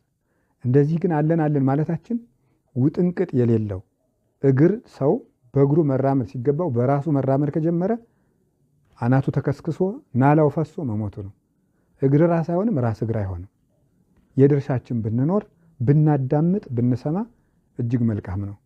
ለሁሉ ነገር እኛ ተከራካሪዎችና ጠበቆች ነው። መምህራን በሌሉበት አበው በሌሉበት ነገረ ክርስቶስን ምስጢረ ሥላሴን ነገረ ማርያምን በመሰለ ከባድ ነገር ላይ ምዕመናን እየተነሱ መልስ የሚሰጡ ከሆነ ሁላችንም እንወድቃለን። እንደምንስት ታውቃላችሁ፣ እንደምንሰናከል ታውቃላችሁና ብዙዎች መምህራን አይሁኑ። ሐዋርያዊ ትእዛዝ ነው ይሄ። ብዙ አስተማሪ አታብጁ ተብለናል። መምህራን ሆነው የተሾሙት ያስተምሩ፣ ይጠየቁ፣ እንድንጠይቅ እንድንማር ነው የተፈቀደልና አንዱ ሶሻል ሚዲያ ያመጣብን ተጽዕኖ እንዳንደማመጥ በማድረግ ይህን ደግሞ ሰይጣን በጣም ተንኮለኛ ስለሆነ የሚዘረጋብን ስልት ምንድነው? ለቤተክርስቲያን ተቆርቋሪ እንዲመስለን በማድረግ ነው። ምናልባትም ስለ ቤተክርስቲያን ጥብቅና የቆምን መስሎት በሚዲያ እናብጠለጥላለን፣ እንተቻለን፣ እንተነትናለን፣ እንናገራለን። ለራሳችን ግን ንስሐ ገብተን አናውቅ ይሆናል። የዕለት ውዳሴ ማርያም ግን እንኳን ሳንጸልይ ሊሆን ይችላል። ስጋው ደግሞ አንቀበል ይሆናል። ለራሳችን ጊዜ እየነሳ በቤተክርስቲያን ተቆርቋሪነት ሰበብ እንድንናገር እንድናብጠለጥል፣ በዚያም ደግሞ እኛ ተቆርቋሪ ሌላው የማይሰማው አባቶች ጠፍተው እኛ ለቤተክርስቲያን የቆምንለት እንዲመስለን በማድረግ እጅግ ወደማናውቀው ሰው በጣም ክፉ ሰው የሚባለው ለራሱ የማይገባው ሰው ነው፣ ለራሱ የማያስብ ሰው ነው። እና ስለዚህ ይሄ ሰው ነፋስን እንደሚከተል ነው። በከንቱ እየደከምኩ እንዳይሆን እሰጋለሁ ያለው ቅዱስ ጳውሎስ። ስለዚህ ራሱ እየተጣለ የሚሄድ ሰው ነው እና ሁላችንም አይምሯችንን ሰብስበን ከመናገር ይልቅ ወደ ማዳመጥ እንሄድ። ኩን ፍጡነ ለሰሚ ወጉንዱየ ለነቢብ ያዕቆብ ምዕራፍ 1 ቁጥር 19 ላይ ሲናገር ሰው ሁሉ ለመስማት የፈጠነ ለማዳመጥ የፈጠነ ለመናገር የዘገየ ይሁን ተብሎ ተነግሯል። ወሶበ ያረምም አፍ ይተናገር ልብ። አረጋዊ መንፈሳዊ በመጽሐፈ መነኮሳት ሲናገር አፍ ዝም ሲል ልብ ይናገራል። ሁልጊዜ የሚናገር ሰው ልቡ ድሃ ነው። ስለዚህ ሁለት ጆሮ አንድ አፍ የሰጠን እግዚአብሔር ብዙ አዳምጠን ጥቂት እንድንናገር ነው። ስለዚህ ማዳመጥ እንዲጠፋ አድርጓል እና ሁላችንም አዋቂ እንዲመስለን ሁሉም ሰው በሁሉም ነገር ላይ ዕውቀት ያለው እንዲመስል ያደርጋል። ለምንድን ነው ያን ያደረገው? ብዙ የመረጃ ፍሰት ዩቲዩብ ሊሆን ይችላል፣ ጉግል ሊሆን ይችላል፣ በቀላሉ ስለምናገኝ ሊሆን ይችላል። ይህ አንዱ ጉዳት ነው። ስለዚህ በዚህ ምክንያት ወደ ማዳመጥ እንሂድ፣ ወደ መማር እንሂድ። ሁለተኛው እዚሁ ጋር የተያያዘ ነው። ማህበራዊ ሚዲያ ወይም ደግሞ የመገናኛ መረቡ እንድንጎዳ የሚያደርገን ትምህርት እንድንጠላ ማድረግ ነው። ትምህርት ጠል እንድንሆን ያደርገናል። ይህን የሚያደርገው ስለምንድን ነው? ትምህርት እንድንጠላ ማድረግ ማለት ሰው ሁሉ ከትምህርት ቋት ከማግኘት ይልቅ ጉግል ላይ ሰርች አደርገዋለሁ ወደ ማለት ይሄዳል ማለት ነው። የትምህርት ገበታዎች ይዘጋሉ። ጉግል ደግሞ በዓለም ላይ ዊኪፒዲያ ሊሆን ይችላል፣ ኢንሳይክሎፒዲያ ሊሆን ይችላል። እነዚህ ሁለቱ በእርግጥ ትንሽ የመታመን ዕድላቸው ሰፋ ያለ ነው። በእነዚህ ጉዳዮች ላይ የምናገኛቸውን ነገሮች ሁሉ የጉግል ስራው ውሸትም ይሁን እውነት በአንድ ርዕሰ ጉዳይ ላይ የተጻፉ ነገሮችን ሰብስቦ ማቅረብ ነው እንጂ ራቲፋይ አያደርጋቸውም። እነዚያ እውነት ናቸው ወይም ውሸት ናቸው ብሎ ማረጋገጫ አይሰራቸዋል። ራቲፊኬሽን የለውም፣ አይሰራበትም። በዚያ ጉዳይ ላይ አፕሎድ የተደረጉ ነገሮች ወይም ደግሞ የተጫኑ ነገሮችን ሁሉ ሰብስቦ ማቅረብ ነው ስራው። እኛ ግን እውነት መረጃ መስሎ ጉግል ላይ አግኝቼዋለሁ ብለን እንጠቀመዋለን ማለት ነው። የታወቀ ሊቅ አይደለም፣ ወይም ደግሞ በታወቀ ምሁር የተገለጠ አይደለም፣ ማረጋገጫ የለውም። ምናልባት ለቀልድ የተጻፈውን ነገር ሁሉ ሚኒንግ የዲክሽነሪ ሚኒንግ አድርጎ ሁሉ ጉግል ሊያቀርብልን ይችላል። ምንድነው ማረጋገጫችን? ስለዚህ የትምህርት እድል እንዳይኖረን ማስታወሻ እንኳን እንዳንይዝ፣ ለምን ሁሉን ነገር ስልኬ ላይ አለ ብለን ስለምናስብ ሪከርድ አድርጌዋለሁ፣ ሴቭ አድርጌዋለሁ፣ ሰርች አድርጌዋለሁ በሚል ሰበብ እንዳንማር ያደርገናል። ምናልባት ያ ስልካችን ቢከሰከስ ወይም ደግሞ መረጃዎቻችን ቢጠፉ ማስታወሻ የለንም፣ ያጠራቀምነው የእውቀት ቋትም የለንም። እንዲሁ ዝም ብለን እንደነፈሰብን ለሌላ ቀን ደግሞ ትንሽ ትንሽ በነፋስ የነፈሰብን ነገር ስላለ ሽታው የድሮው ስላለ ተምሬዋለሁ እያል እንዳንማር የተለሰነ መቃብር ማለት እንደዚህ ያለ ነው። እንዳያስተምሩን ተምረነዋል፣ ደግሞ እንዳናውቅ ደግሞ አልያዝ ነው። ይሄ ምንድነው? ሰው ለትምህርት ትኩረት እንዳያደርግ ከታወቁ ትምህርት ቤቶች፣ ዩኒቨርሲቲዎች፣ ኮሌጆች፣ መንፈሳዊ ትምህርቶች፣ መንፈሳዊ ኮሌጆች፣ ጉባኤ ቤቶች፣ መምህራን ጉባኤ ራሱ እንዳንሄድ ዩቲዩብ ላይ አገኘዋለሁ እንድንል እናደርገላል። መምህር በአካል ማስተማርና በዩቲዩብ ላይ ሄዶ መከታተል ልዩነት አለው። መምህሩ ሲያስተምር ቡራኬም እየሰጠ ነው የሚያስተምር በአካል ሲሰጥ። ኦርቶዶክሳዊ ሱታፊ ያለው በአካል የሚያስተምረው ሰው በረከት አለው፣ አብሮ አለ። ላመነ ሰው በእርግጥ የትኛውም ሆነን ብንሳተፍ ይደርሰናል። ግን የአካሉ እንደዛኛው ነው አይደለም። በራሱ ጉባኤ ላይ መሰብሰቡ ወንድሞቻችን ጋር በመቀመጣችን መንፈስ ቅዱስ ወርዶ በረከት ይሰጠናል። ያንን ነው የሚያስጥለን። ስለዚህ ትምህርቴን ቤቴ እከታተለዋለሁ፣ ወደ ኋላ ላይ በማመጣው እመጣበታለሁ። ስለዚህ እንዳንማር ስለሚያደርገን ብንማር ይሻለናል። ሰርች አድርገዋለሁ አገኘዋለሁ እያል እያዘናጋን ነው። ምናልባት አንድ ቀን ጉግል ዲስኳሊፋይ ቢደረግ ወይም ደግሞ ዩቲዩብ ቢዘጋ፣ በቃ የመረጃ መረቦች ሁሉ ቢዘጉ ምንም የሌለን ድሆች ነን ማለት ነው። ሶፍት ኮፒዎቻችን ሁሉ ተማምነን ተቀምጠን ጉግል ቢገባ መጽሐፍ የለንም፣ ሃርድ ኮፒዎችን መግዛት አንፈልግም። ሌላው ቀርቶ ትምህርት ጠል ከመሆናችን የተነሳ ረጃጅም ሌክቸሮችን እንኳን ማዳመጥ አንፈልግም። ረጃጅም ትምህርቶችን ወይም ትምህርት ጠል ወይም ደግሞ ምናልባት ቀልድ ካልተቀላቀለበት፣ ዲስኩር ከሌለው፣ ማጫወቻ ከሌለው፣ መሸጋገሪያ ነገር ከሌለው ረጃጅም ትምህርቶችን ክሪቲካል የሆኑ ከባድ ነገሮችን እንኳን መስማት እንዲያስጠላን ሆና ስልቹነን እንቅልፋችን ይመጣል። ለዚህ የሚታወቅ ዘንድ ረጃጅም ትምህርቶችን በዩቲዩብ ከመስማት የሚልቅ አሁን አጫጭር መልእክቶችን በቲክቶክ እንሰማለን። ያ የመጣበት ምክንያት ለምንድን ነው? ስልቹ አድርጎናል ማለት ነው። ስልቹ አድርጎናል። ስለዚህ ይሄ የማይማር አይምሮ ደግሞ ምን አለው እግዚአብሔር? ምን ብሏል? ሆሴ ምዕራፍ 4 ቁጥር 6 ላይ ሕዝቤ እውቀት ከማጣቱ የተነሳ ጠፍቷል ብሎ ተናግሯል። እውቀት ካጣን እንጠፋለን። ጌታ ፈሪሳውያንም ምንድን ነው ያላቸው? ማቴዎስ 22 ላይ ስሕትክሙ በየአእምሮ መጻሕፍት ወኢ ኃይለ እግዚአብሔር፣ መጻሕፍትንና የእግዚአብሔርን ኃይል ባለማወቃችሁ ትስታላችሁ። ድርሳን 8 ላይ ሲናገር ድርሳነ ቄርሎስ ድርሳን 8 ላይ የግዩ እያይመረክሙ ቅዱሳት መጻሕፍተ ዘውቱ ምስጢር አምልኮትን አብይ ዘውቱ ክርስቶስ ዘአስተርአየ በሥጋ ወጸድቀ በመንፈስ፣ የመጻሕፍትን ምስጢር ካለማወቃችሁ የተነሳ ትሳሳታላችሁ። ይኸውም ታላቅ የሆነ የሃይማኖታችን ምስጢር ነው። ይኸውም በሥጋ የተገለጠ በመንፈስ የጸደቀ ክርስቶስ ነው። ወተሰብከ በውስተ አሕዛብ ዘአስተርአዮሙ ለመላእክት፣ ለመላእክት የታየ በአሕዛብ የተሳበከ እሱም ክርስቶስ ነው ይላል። ስለ ክርስቶስ ብዙ ዲኖሚኔሽንስ ብዙ ክፍልፋዮች በዓለም የተፈጠሩት ትምህርት ጠል ከመሆኑ የተነሳ ሰው ሁሉ በየራሱ ሊበራል ዲሞክራሲ ሊኖር ይችላል። ሊበራል ክርስትና ግን የለም። ሁሉም ሰው እንደሚያስበው ትክክል የሆነ መጽሐፍ ቅዱስ የለም። ልባችን ወደ መጽሐፍ ቅዱስ ነው እንጂ መሄድ ያለበት መጽሐፍ ቅዱስ ወደ ሁላችን ሐሳብ መጥቶ ትክክል ሊሆን አይችልም። አንድ ትክክል ነገር ነው ያለ እንጂ ብዙ ትክክል ኖሮ ብዙ የምናስበው ትክክል ነገሮች ሆኖ እነዚያ ትክክል ነገሮች ሁሉ እውነት ናቸው የሚባል ፍልስፍና የለም። ክርስትና እንደዚህ አይደለም። ስለዚህ ትምህርት ወዳድ ሚዲያ ላይ ያሉ ነገሮችን ከማዳመጥ ይልቅ ትምህርት ቤት ገብተን መማርን መውደድ ጥሩ ነው። በኦንላይን አዳምጠዋለሁ እያል እውቀት የሌለን ግልብ ሰዎች እንድንሆን እያደረገን ስለሆነ ነው። ሌላኛው ባህል ያጠፋል። ባህል መልካም ባህል አለ፣ ክፉ ባህል አለ። በኦርቶዶክስ አስተምሮ ሃይማኖታዊ ባህል አለ፣ ባህላዊ ሃይማኖት ግን የለም። ሃይማኖታዊ ባህል ሊኖረን ይገባል። መልካም ባህሎች የእምነት አጥሮች ናቸው። የክርስቲያናዊ ስነ ምግባር አጥር ቅጥር ናቸው።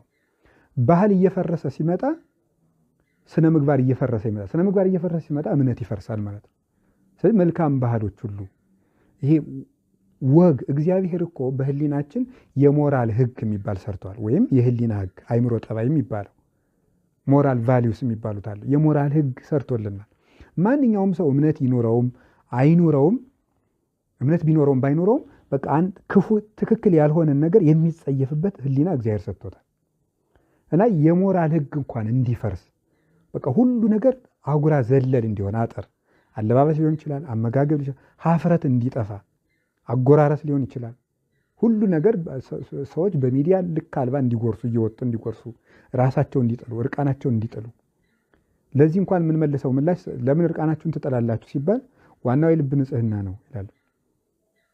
ሰው ውስጡ ያለውን ነገር ነው የሚያወጣው። በውስጡ የሌለው ነገር እስመ እምተረፈ ልብ ይነብብ አፍ ብሏል ጌታ ማቴዎስ 15 ላይ። ከልብ ሞልቶ የተረፈውን ነገር አፍ ይናገራል። ሰው ውስጡ የሌለውን ነገር በአፉ ሊናገርም አይችልም፣ በተግባርም አያደርገው። አንድ ሰው እርቃኑን ጥሎ እየሄደ ልቤ ንጹህ ነው ማለት አይችልም። ልብ ውስጥ ያለ ልክስክስነት በእጅ በእግር በአንደበት ይገለጣል።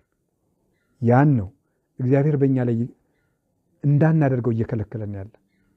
ስለዚህ እግዚአብሔር በነገረን መሰረት ኦርቶዶክሳዊ ባህል ልክ ያነጋገር ባህላችን፣ ያመጋገብ ባህላችን፣ የእርቅ ባህላችን፣ የጎረቤት ባህላችን፣ የባልና ሚስት ስርዓት፣ የጋብቻ ስርዓት፣ የጮኝነት ስርዓት፣ የአባትና የልጅ የመታዘዝ ስርዓት፣ የአባትና የልጅ የቤተሰብ የመቅጣትና የመቀጣጣት ስርዓት፣ የሽምግልና ስርዓት፣ ሁሉም ነገር ስርዓት ነው። ያረማመድ ስርዓት፣ ወግ አለን።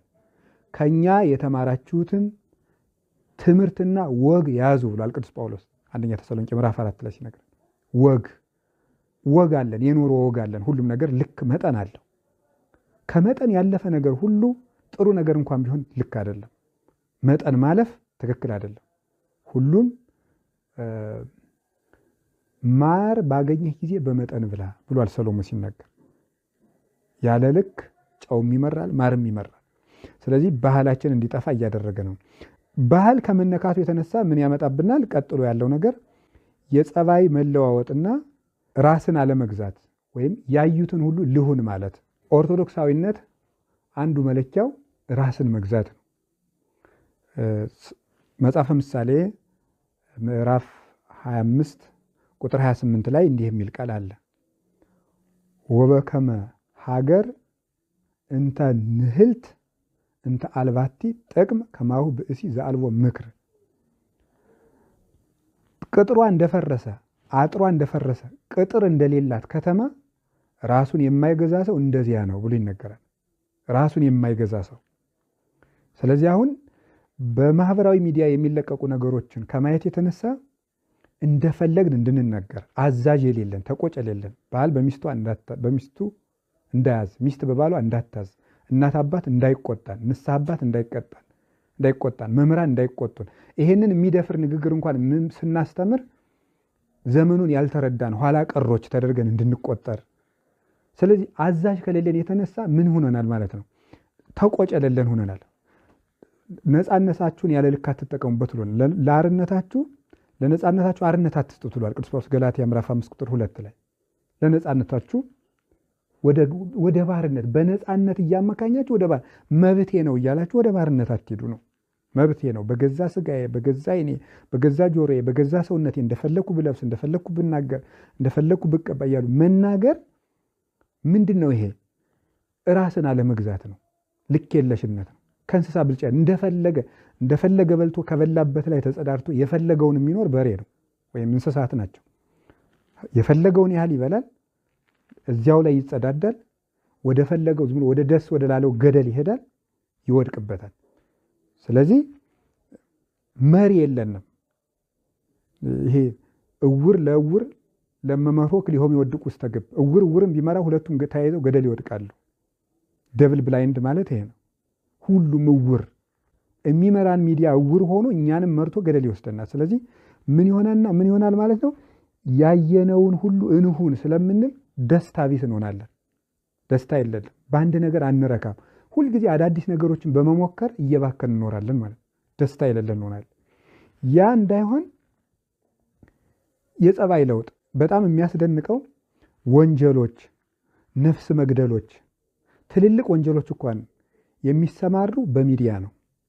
እንዲያውም አንድ የተደረገ ጥናት አለ በአሜሪካ ሎስ አንጀለስ ግዛት ላይ የዚያ ፖሊስ ያረጋገጠው ነው። አንድ የሆነ ነገር በቴሌቪዥን በተላለፈ በአንድ ሰዓት ውስጥ ሰዎች ያንን ነገር ማድረግ ይጀምራሉ። ወይም ደግሞ የተሰራውን ወንጀል ወደ አንድ ሰዓት ዘወር ብለው ሲያዩት ከአንድ ሰዓት በፊት በሚዲያ የተላለፈ ነው ማለት ነው። ሰዎች በሚዲያ ያዩትን አንድ ወንጀል ከአንድ ሰዓት በኋላ ሲሰሩት ይገኛሉ። ይህን ያደርጋሉ። የሚያዩትን ነገር ለምሳሌ የድብድብ ትዕይንት ታይቶ ከድብድቡ ሰዎች ምናልባት ሰው የደበደበ ሰው ይጎዳል ምናምን ተብሎ መጨረሻ ላይ ውሳኔ እንዲሆን የሚያደርግ መረጃ ሊሆን ይችላል ማስተላለፍ ይፈልገው። ሰዎች ግን ቀጥታ እየተካሄደ ያለውን ድርጊት ይወስዱታል። በተለይ ህፃናት ማለት ነው።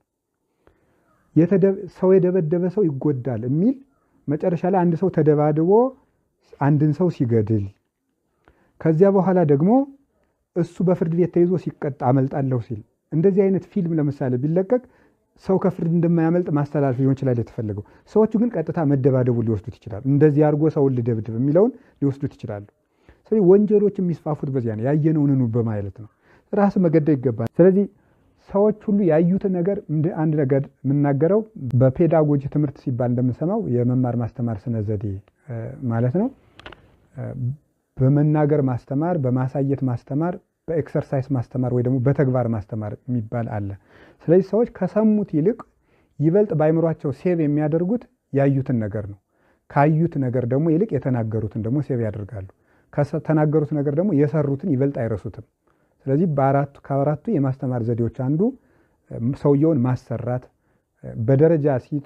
በደረጃ ሲወጡ ከዝቅተኛ ወደ ከፍተኛ መናገርና ሰዎች ደግሞ እንዲሰሙ አድርጎ ሌክቸር ወይ የሚባለው እሱ ፓሲቭ የሚባለው የማስተማር ዘዴ ነው። ሰዎች እየተናገሩ እንዲያደምጡ ማድረግ፣ ከዚያ ደግሞ እንዲሰሙ ማድረግ አንዱ ነው። እንዲያዩ ማድረግ ግን የበለጠው ነው። ከመናገርና እንዲሰሙ ከማድረግ እንዲያዩ ማድረግ የተሻለ እንዲያዝ ያደርገዋል። እንዲያዩ ከማድረግ በላይ ደግሞ ራሳቸው እንዲናገሩት ማድረግ ደግሞ እሱ የተሻለ ያደርገዋል። ነገሩ እንዳይረሳ ያደርገዋል። እንዲናገሩ ከማድረግ በላይ እንዲሰሩት ማድረግ ሰዎች አንድ ነገር እንዳይረሱት ያደርጋል ተብሎ በፔዳጎጂ ትምህርት ይናገራል። አዲስ አበባ ዩኒቨርሲቲ ባሳተመው የመማር ማስተማር ስነ ዘዴ መጽሐፍ ውስጥ ይሄ ተቀምጦ ይገኛል ማለት ነው። ስለዚህ መሰረታዊ ነገሩ ምንድን ነው? ማስተላለፍ የፈለግኩት እዚህ ላይ ሰዎች ከሰሙት ነገር ይልቅ ያዩትን ነገር ያለመርሳት እድል አላቸው። ስለዚህ የምናየው ነገር ላይ መጠንቀቅ አለብን ማለት ነው። አይናችን የሚያየው ነገር ህሊናችንን ያረክሳል፣ ሰውነታችን ያቆሻል፣ አይምሯችንም ያበላሻል። የነገ ህይወታችንም ነገር እያበላሸ ነው የሚሆነው። ስለዚህ አሁን ይሄ ያመጣው ነገር አንዱ የሚያመጣብን ነገር ራሳችን እንዳንገዛና ቋሚ ጠባይ እንዳይኖረን፣ ችኩል እንድንሆን፣ እንዳንረጋጋ፣ ቋሚ ደስታ እንዳይኖረን፣ ሁሉን ሞካሪዎች እንድንሆን፣ በአንድ ነገር ላይ እንዳንረካ፣ በአንድ ነገር እንዳንደሰት እንሆን ያደርገናል ማለት ነው። ስለዚህ ራስን ለመግዛት የሶሻል ሚዲያ አጠቃቀማችን ልክ ማበጀት ይገባናል ማለት ነው። ሌላኛው የማህበራዊ ሚዲያ እያመጣብን ያለ ጉዳት አይሶሌሽን ወይም ደግሞ ብቸኝነት የሚባለው ነው። ብቸኝነት አንዱ ጉዳት ነው። ጃኮብ አሜዴ የሚባል ሳንታ ክላራ ዩኒቨርሲቲ ውስጥ ጃኮብ አሜዴ የሚባል ሰው ያሳተመው ጆርናል ነውና ዘ ኢምፓክት ኦፍ ሶሻል ሚዲያ ኦን ሶሳይቲ የሚል ጥናታዊ ጽሑፍ አለና ይህ ሰው በጥናቱ እንዳረጋገጠው መጽሐፉ ላይ ምንድነው ያለው? የማህበራዊ ሚዲያ አንዱ ጉዳቱ መገለል አይሶሌሽን የሚባለው ነው ይላል። ብቻን መሆን መፈለግ ማለት ነው። እንግዲህ እኛ ኦርቶዶክሳዊነቱን እናቆየውና የሰው ልጅ ራሱ ዝም ብሎ እንደው አሁን እነ ሶቅራጥስ እንኳን በተናገሩት እንኳን ምን ሰው በተፈጥሮ ማህበራዊ እንስሳ ነው ብሏል። እንስሳ ነው የሚለውን እናቆየው። እነ ዳርዊን እነ ላማርክ ያዘዙኛ እንስሳ አይደለንም። ግን እንደው የተባለው ግን ማህበራዊነት ከእንስሳት ይልቅ ሰውን ሰው ያሰኘው ማህበራዊነት ነው ተብሎ እንኳን እንደው ባለሙ እንኳን ተጭኖብናል። የነፍሱን ብንተው ማለት ነው። ከሰዎች የሚገኝ ጥቅም አለ። ሰዎች ይመክሩናል፣ ያስቡልናል። ከነሱ የምንማራቸው ነገሮች አሉ። ፍቅርን መስጠትም አለብን። ፍቅርን መቀበልም ፍቅርን መስጠትም፣ ምህረት ማድረግም ምህረት መቀበልም አለብን። ስለዚህ ሰው እንድናጣ ይሄ ምን አድርጓል? ብቸኝነት፣ ከሰው ጋር ማውራት፣ ጓደኛ አለመኖር፣ ከባልና ሚስትን ማለያየት። ለምሳሌ ባልና ሚስት ቁጭ ስሉ በቃ ሰውየውም ስልኩን ይዞ ቁጭ ይላል፣ ሴትዮቱም ስልኳን ይዛ ቁጭ ትላለች። ከዛ በኋላ ስለዚህ አንድነት የለም ነው። ጋብቻ የተመሰረተው ለአንድነት ነው፣ ለመወያየት ነው። ባልና ሚስት ተወያይተው ያቅዳሉ፣ ሀብት ያፈራሉ፣ በልጅ አስተዳደግ ላይ ይወያያሉ፣ ስህተቶቻቸውን ያርማሉ፣ መልካም ስነ ምግባራትን ያስቀጥላሉ፣ መጻሕፍትን ያነባሉ፣ መጽሐፍ ቅዱስን ያነባሉ፣ ይወያያሉ፣ ይመካከራሉ። አንዱም የሚያገባ ብቸኝነት ማራቅ ነው። ብቸኝነት የሚርቀው ከሰው ጋር ነው። ለሰው ልብሱ ሰው ነው። ቅዱስ ወግሪስ እንደነገረን ለወፍ ላባው ለሰይፍ ሰገባው እንደሆነ ለሰው ልብሱ ሰው ነው ብሎ ተናግሮ፣ ለሰው ልብሱ ሰው ነው። ከሰው እንድንለይ ያደርገናል። አይታችሁ እንደሆነ እኔም 1 2 3 ጊዜ አይቻለሁ። በውጭ ሀገራት ባስ ውስጥ ባቡር ውስጥ ሲሄዱ ሁሉም ሰው ኤርፎን እና ስልክ ላይ ነው ያለው። ማንም ሰው ደህና ዋልክ እንኳን አይባልም። ባስ ስቴሽን ላይ ወይም ደግሞ ትሬን ስቴሽን ላይ፣ የባቡር ስቴሽን ላይ፣ የባስ ስቴሽን ላይ ቆሞ ባሷ ምናልባት በውጭ ሀገር አሁን ስለሰለጠነ ባቡሯ ከስንት ደቂቃ በኋላ እንደምትደርስ አውቆ ከቤት ውስጥ ከባቡር ስቴሽኑ ስንት ደቂቃ እንደሚፈጅበት አውቆ ነው የሚወጣው። ይችኛይቱ ካለፈች ይችኛዋ ከዚህ ደቂቃ በኋላ ደርሳለች ብሎ ነው የሚሄደው። እንደው እዚያ እንኳን 5 ደቂቃ 10 ደቂቃ የመቆም እድል ካለው እዚያ የሚጠብቀውን ሰው ደህና ዋልክ እንኳን አይለውም። ሰው የሚባል ጠልቶ ቁስ ላይ መመሰጥ። ሰው እኮ ውብ ፍጥረት ነው። በራሱ ሰዎች ውቦች ናቸው። ሰሎሞን ተናግሯል። እግዚአብሔር በምድር ላይ ሰዎችን ውብ አድርጎ እንደፈጠራቸው ይሄን ብቻ አየሁ ብሎ ተናግሯል። እና ሰው ውብ ነው። ከሰው የሚገኝ ውበት አለ። የጥበብ ውበት አለው፣ የንግግር ውበት አለው፣ የፍቅር ውበት አለው። ሰዎች ሁሉ ያስፈልጉናል።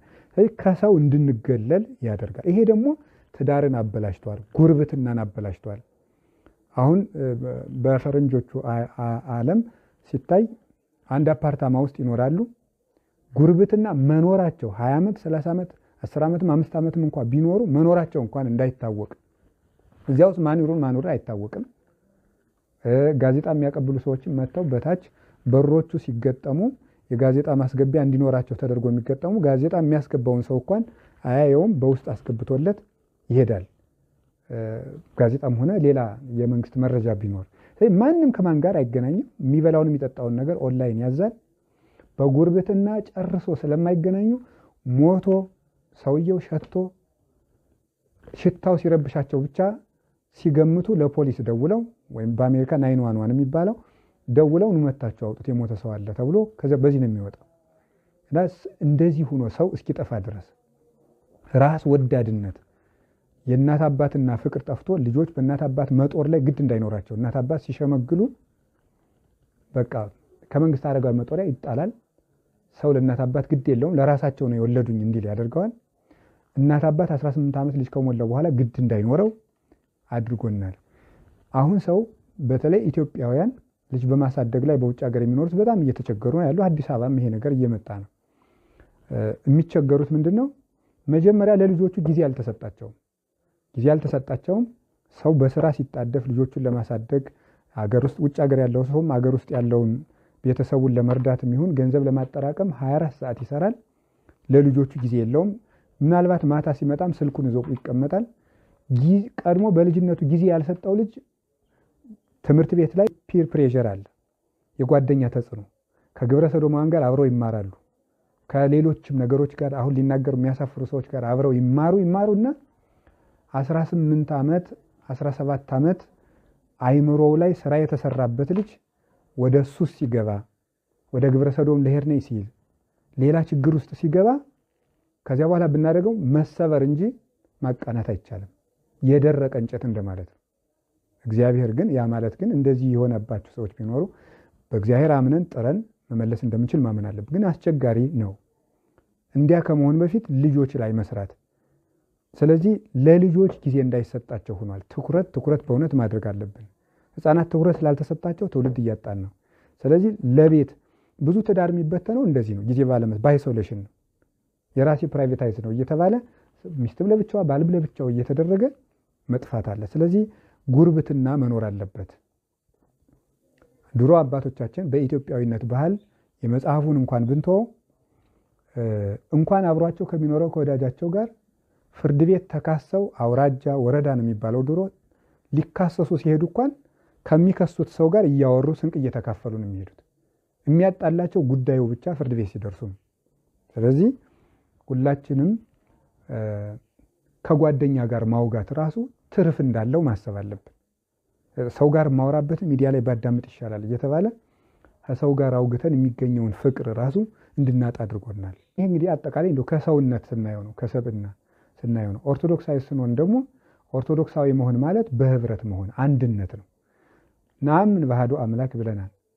ናምን ባህቲ ቤተክርስቲያን ብለናል። ናምን ባህቲ ጥምቀት ብለናል።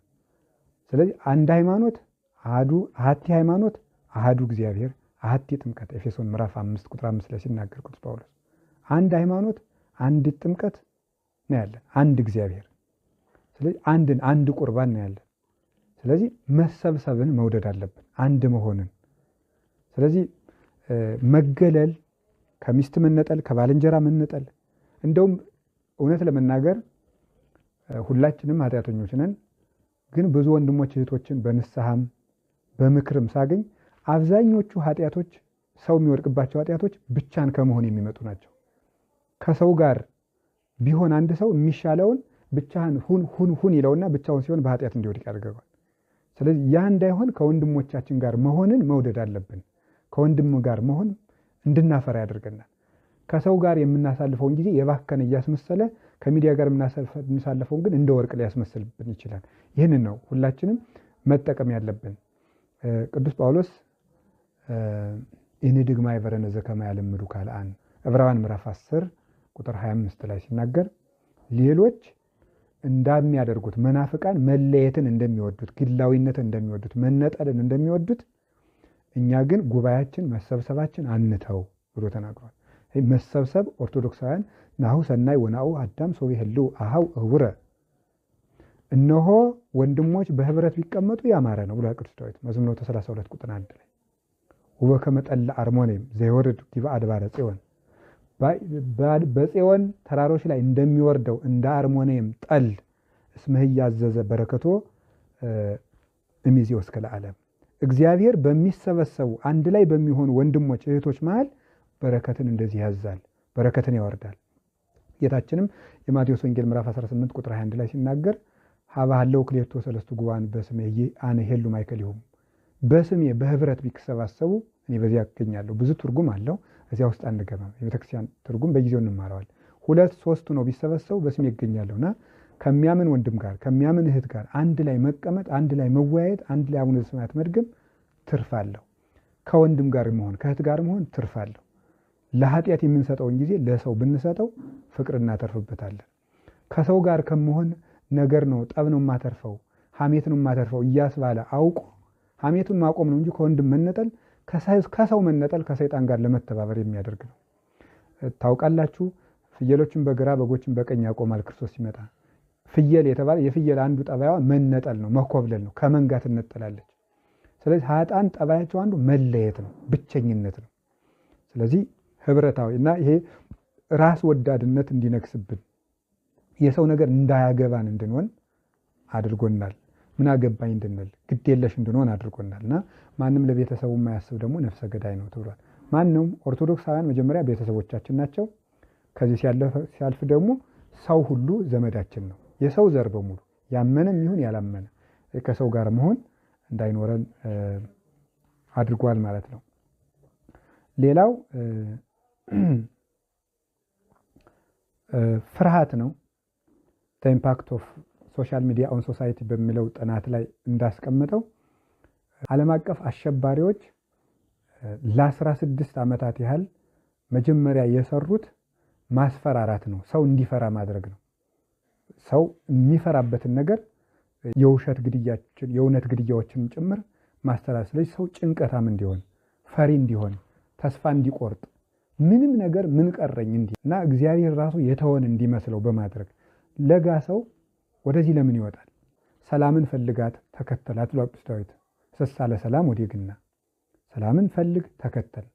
ሰላምን ስንፈልግ ሰላም ላይ ስንሰራ ጦርነቶች ይጠፋሉ፣ ሁከቶች ይጠፋሉ። ማለት ምን ማለት ነው? እኛ ራሳችን ላይ ስንሰራ በዓለም ላይ ያሉ መከራዎች ሁሉ ይቆማሉ። እማንፈታው ችግር ውስጥ እየተጨቃጨቅን እየሰማን እያዳመጥን ሄደ ቁጥር ጭንቀታችን እየጨመረ ይመጣል። ስለ ጭንቀት መጣበታል። አንዱ ፍርሃት ነው የሚወልድብን።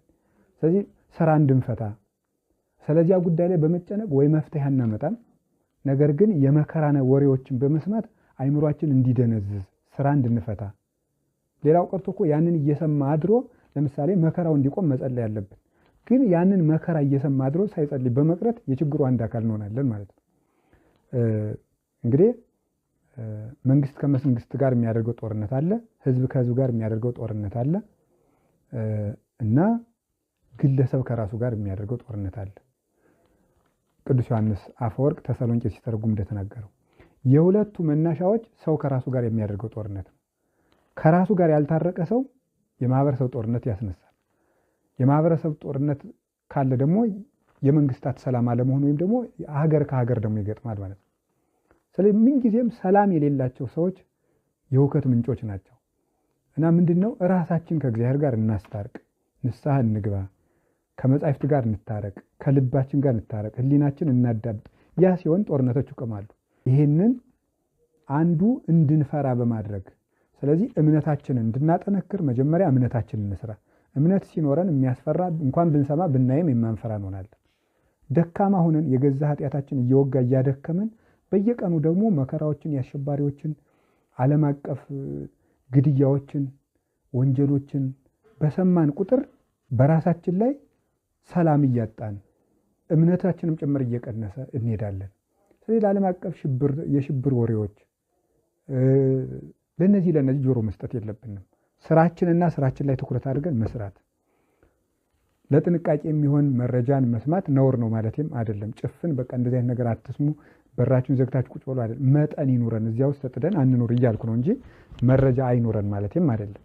ሌላኛው ሐኪሞች የሚያረጋግጡት ሆኖ እንዳነበብኩት ነው የሶሻል ሚዲያ ውስጥ ወይም ማህበራዊ መገናኛ አውታሮች ተጥዶ የሚውል ሰው ለበሽታ ይጋለጣል ነው የሚል ያጠኑት ሰዎች አስቀምጠዋል። እውነት መሆኑን እኔ እርግጠኛ አይደለሁም፣ ሐኪሞች የሚናገሩት ይሆናል። ግን ለጨጓራ በሽታ፣ የማሰብ አቅም መቀነስ፣ ለእነዚህ ሁሉ በሽታዎች ሆርሞኖች ስለሚለዋወጡ በሽታ ተጽዕኖ ያሳድራል። ለራስ ህመም፣ የማይድን የራስ ህመም እንዲኖረን ያደርጋል። የማሰብ አቅማችን ይቀንሳል። የታወቀ ነገር ነው። ለምሳሌ አሁን አንድ ሰው ሁለት እጆች አሉት። ግራ እጁን ሌላ ሰው ቢጎትተው፣ ቀኝ እጁን ሌላ ሰው ቢጎትተው ሰውየው እንደሚታወቅ የታወቀ ነው። ወይም ደግሞ ሁለት ሰዎች በግራ ሆነው አንዱ በግራ ሆኖ እየጮኸ ቢጠራው፣ አንዱ በቀኝ ሆኖ እየጮኸ ቢጠራው ሰውየው የሚመልሰውን እንደሚያጣ የታወቀ ነገር ነው። ግራ ይጋባል። ስለዚህ ሚዲያ ላይ ያለን ውሎ አዳር በበዛ ቁጥር የሚጎትተን ይበዛል ማለት። ስለዚህ የማሰብ አቅማችን ይቀንሳል። የታወቀ ነገር ነው የሚሆነው ማለት ነው። በእርግጥ ባለሙያዎች ያረጋግጡልናል። ስለዚህ ለደዌ መስፋፋት፣ ለፍላጎት መቀነስ፣ ለስራ ፍላጎት ማጣት፣ ለእንቅልፍ ፍላጎት ማጣት፣ ለሁሉም ነገር ፍላጎት የሌለን መሆን፣ የቀነስን ለብ ያልን መሆን፣ ቀዝቃዛ መሆን፣ ለዚያ ነገር ትኩረት የሌለን ከፍተኛ የሆነ ወኔ ማጣት፣ እንደዚህ ያሉ ነገሮችንም ሊያስከትል ይችላል። ስለዚህ ጤናችንም ለማግኘት ሚዲያ ላይ ያለንን ውሎ አዳር መቀነስ አለብን ማለት ነው። ሌላው በጣም የሚያስደንቀው ጭንቀት ነው። ይሄ የሚያስደንቀው ጭንቀት የሚለው ምንድነው? ሰው ባለሙያዎቹ እንዳጠኑት እንደውም ብዙ በዚህ ጉዳይ ላይ በሶሻል ሚዲያ ተጽዕኖ ያጠኑ ሰዎች ላይ ብዙዎቹ አረጋገጡት የሚባለው ምንድነው? ልክ አንድ በሽታ ከተፈጠረበት ዘመን ወይም ደግሞ ቦታ ብቻ ከሆነ ምክንያት ኦኬዥን ጋር ተያይዞ ስም እንደሚወጣለት የፌስቡክ ጭንቀት የሚባል አንድ እንደ በሽታ አንድ ጭንቀት ከጭንቀት አይነቶች አንዱ ፌስቡክ ዲፕሬሽን የሚባል ፈጥረውለታል። ብዙ አጥኚዎች ጭንቀቱ ራሱ የፌስቡክ ጭንቀት የሚባል አንድ ጭንቀት አለ። ፌስቡክ ጭንቀት የተባለ ለምንድን ነው? ቅድም ያልኩት ሰው ያዕቆብ ሜዴ የተባለው ወይም ጃኮብ ሜዴ የተባለው ሰውዬ እንደሚናገረው የፌስቡክ ጭንቀት የተባለ ምንድን ነው? በጣም ከመገናኛ አውታሮች ግዙፉ ፌስቡክ ነው እና ግዙፉ ፌስቡክ ስለሆነ በሱ የተነሳ ፌስቡክ ዲፕሬሽን ተባለ እንጂ የሁሉም መጠሪያ ነው። ስለዚህ አጠቃላይ በሚዲያ የሚመጣ ጭንቀት ምን ይባላል? ፌስቡክ ዲፕሬሽን ይባላል። ስለዚህ አንዱ መከራ ጭንቀት ነው። ለምንድነው የሚጨነቀው? ሁሉም ሚዲያ ላይ አዲስ ነገር አገኛለሁ እያለ ሲባክን ይቆይና መጨረሻ ላይ ሀፍረት ይሰማዋል ሰው ወይም ዋጋ ቢስነት ይሰማዋል። ወይም ደግሞ የተጋነነ ኤክስፔክቴሽን ኑሮት እሱ ዋጋ ቢስ ለምሳሌ በውሸት ሰዎች የራሳቸውን ስኬት በሚዲያ እያወሩ እንዲህ አድርጌ በ5 ዓመት ሀብታም ሆንኩ እንደዚህ እያልኩ እንደዚህ ሆንኩ ብለው ሲያወሩ ያን ይሰማና እሱ መሆን ባለመቻሉ የዋጋ ቢስነት ስሜት ሊሰማው ይችላል። የሀፍረት ስሜት ሊሰማውም ይችላል። ከዛ ደግሞ ደስታ ያልቅበታል። ሁሉንም ነገር ያየውና በቃ ደስታ ሲያጣ ሰው ለደስታ እንግዲህ የታወቀ ነገር ነው መቼም ለደስታ የሚመነጩ ሆርሞኖች ይኖራሉ። የመጨረሻውን ሆርሞን ሁሉ ጨርሶ ሰው መደሰቻ አጥቶ መጨረሻ ላይ ምን ይቀራል? ሀፍረት ብቻ መሸማቀቅ ብቻ ህሊናው ላይ ይቀራል ማለት ነው። ከዚያ በኋላ ደስታ የሌለን ሰዎች ሁልጊዜ ሀዘንተኞች። ጠዋት ሰው ቢሮ ሲገባ ሀዘንተኛ፣ ፊቱ የከፋው የበራ ፊት የሌለው፣ ለጓደኞች ጥሩ ፊት የማያሳይ፣ ለሌላውም ሁሉ የተከፋ፣ ስለዚህ የተበላሸ ቀን የተበላሸ ሌሊት ያለው ቅዠትም ጭምር። እውነት ለመናገር ብዙ ጊዜ ነፍስ አባቶቻችንም እንደተናገሩት ከመተኛትህ ከተወሰኑ ደቂቃዎች በፊት የክርስቶስን ስም ጠርተህና ቅዱሳት መጻሕፍትን ተመልክተህ ተኛ ይላል። ስለዚህ ልንተኛ ስንል የምናያቸው ነገሮች ሌሊት ቅዠት ይሆናሉ ነፍሳችን ስለምታስታውሳቸው። ስለዚህ ጤነኛ ያልሆነ እንቅልፍ፣ ጤነኛ ያልሆነ ውሎ፣ ጤነኛ ያልሆነ ስራ ይኖረናል እና አንዱ የበሽታ ምንጭ ነው። ፍላጎት ማጣት በጣም የሰው ልጅ ምንድነው የሚባለው? እግዚአብሔር ለሰው ልጅ የሰጠው ጸጋ ትልቁ ፍላጎት ነው። ለመጽደቅም ፍላጎት፣ ለማስቀደስም ፍላጎት፣ ለመመንኮስም ፍላጎት፣ ለማግባትም ፍላጎት፣ ለሁሉም ፍላጎት ያስፈልጋል። ፍላጎታችን የቀዘቀዘ እንዲሆን ያደርጋል። ይሄ አንዱ በሽታ ነው እና ጭንቀት እንድንጨነቅ ያደርገናል። የማንፈታው ነገር ውስጥ እንገባለን። በሁሉ ነገር ግራ የተጋባን፣ በቃ ግራ የገባው ኑሮ የምንኖር፣ ምርጫችን ትክክል እንዳልሆነ የሚሰማን፣ ሌላው ቀርቶ የቆምንበት እምነት እንኳን ትክክል ነው አይደለም እንድንል ቀጥሎ ይሄን አመጣለሁ። ስለዚህ ጭንቀት በክርስቶስ ብርሃን እንዳንሆን ያደርገናል። ትክክለኛ የሆነ ኑሮ እየኖርን እንዳልሆነ እንዲሰማን፣ የእርግጠኝነት ጉድለት እንዲኖረን ያደርጋል። ሁልጊዜ እርግጠኞች አይደለንም በምንወስነው ውሳኔ። አንዱ ይሄ ነው። ስለዚህ አንዱ ሸክም የከበዳችሁ ወደ እኔ ነው ብሏል ክርስቶስ። አንዱ ሸክማችን ይሄ ነው። ሌላው ብዙ ሰው አሁን እዚሁ ጋር ተያይዞ ሳረሳው ጭንቀት ጋር ብዙ ሰው በሚዲያ ደስ ያለው መስሎት ይስቃል እንጂ የጭንቀት ህይወትን የሚያሳልፍ ነው። በእርግጠኝነት ለመናገር ብዙ ቦታ ላይ የዋለ ነገር አንድ ቦታ ላይ ፍሬ እንደሌለው ይታወቃል። ስለዚህ በሚዲያ ላይ ሲቃዥ እየዋለ የሚያድር ሰው ልቡ ሰላም የለውም።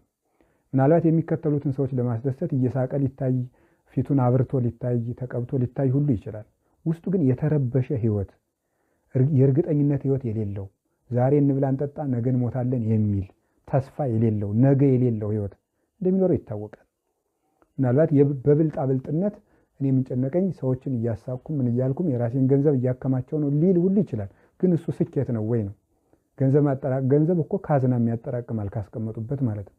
የሆነ ነገር ማጠናቀም ወይም በቁስ ባለጸጋ መሆን ስኬታማነት አይደለም። ለዓላማ መኖር፣ ለሰውነት መኖር፣ ለህሊና መኖር ነው እንጂ በብልጣ ብልጥነት ስሜትን እያመቁ ተከፍቶ የተደሰቱ እየመሰሉ ገንዘብ አጠራቅሞ መኖር ስኬት ነው ማለት አይደለም።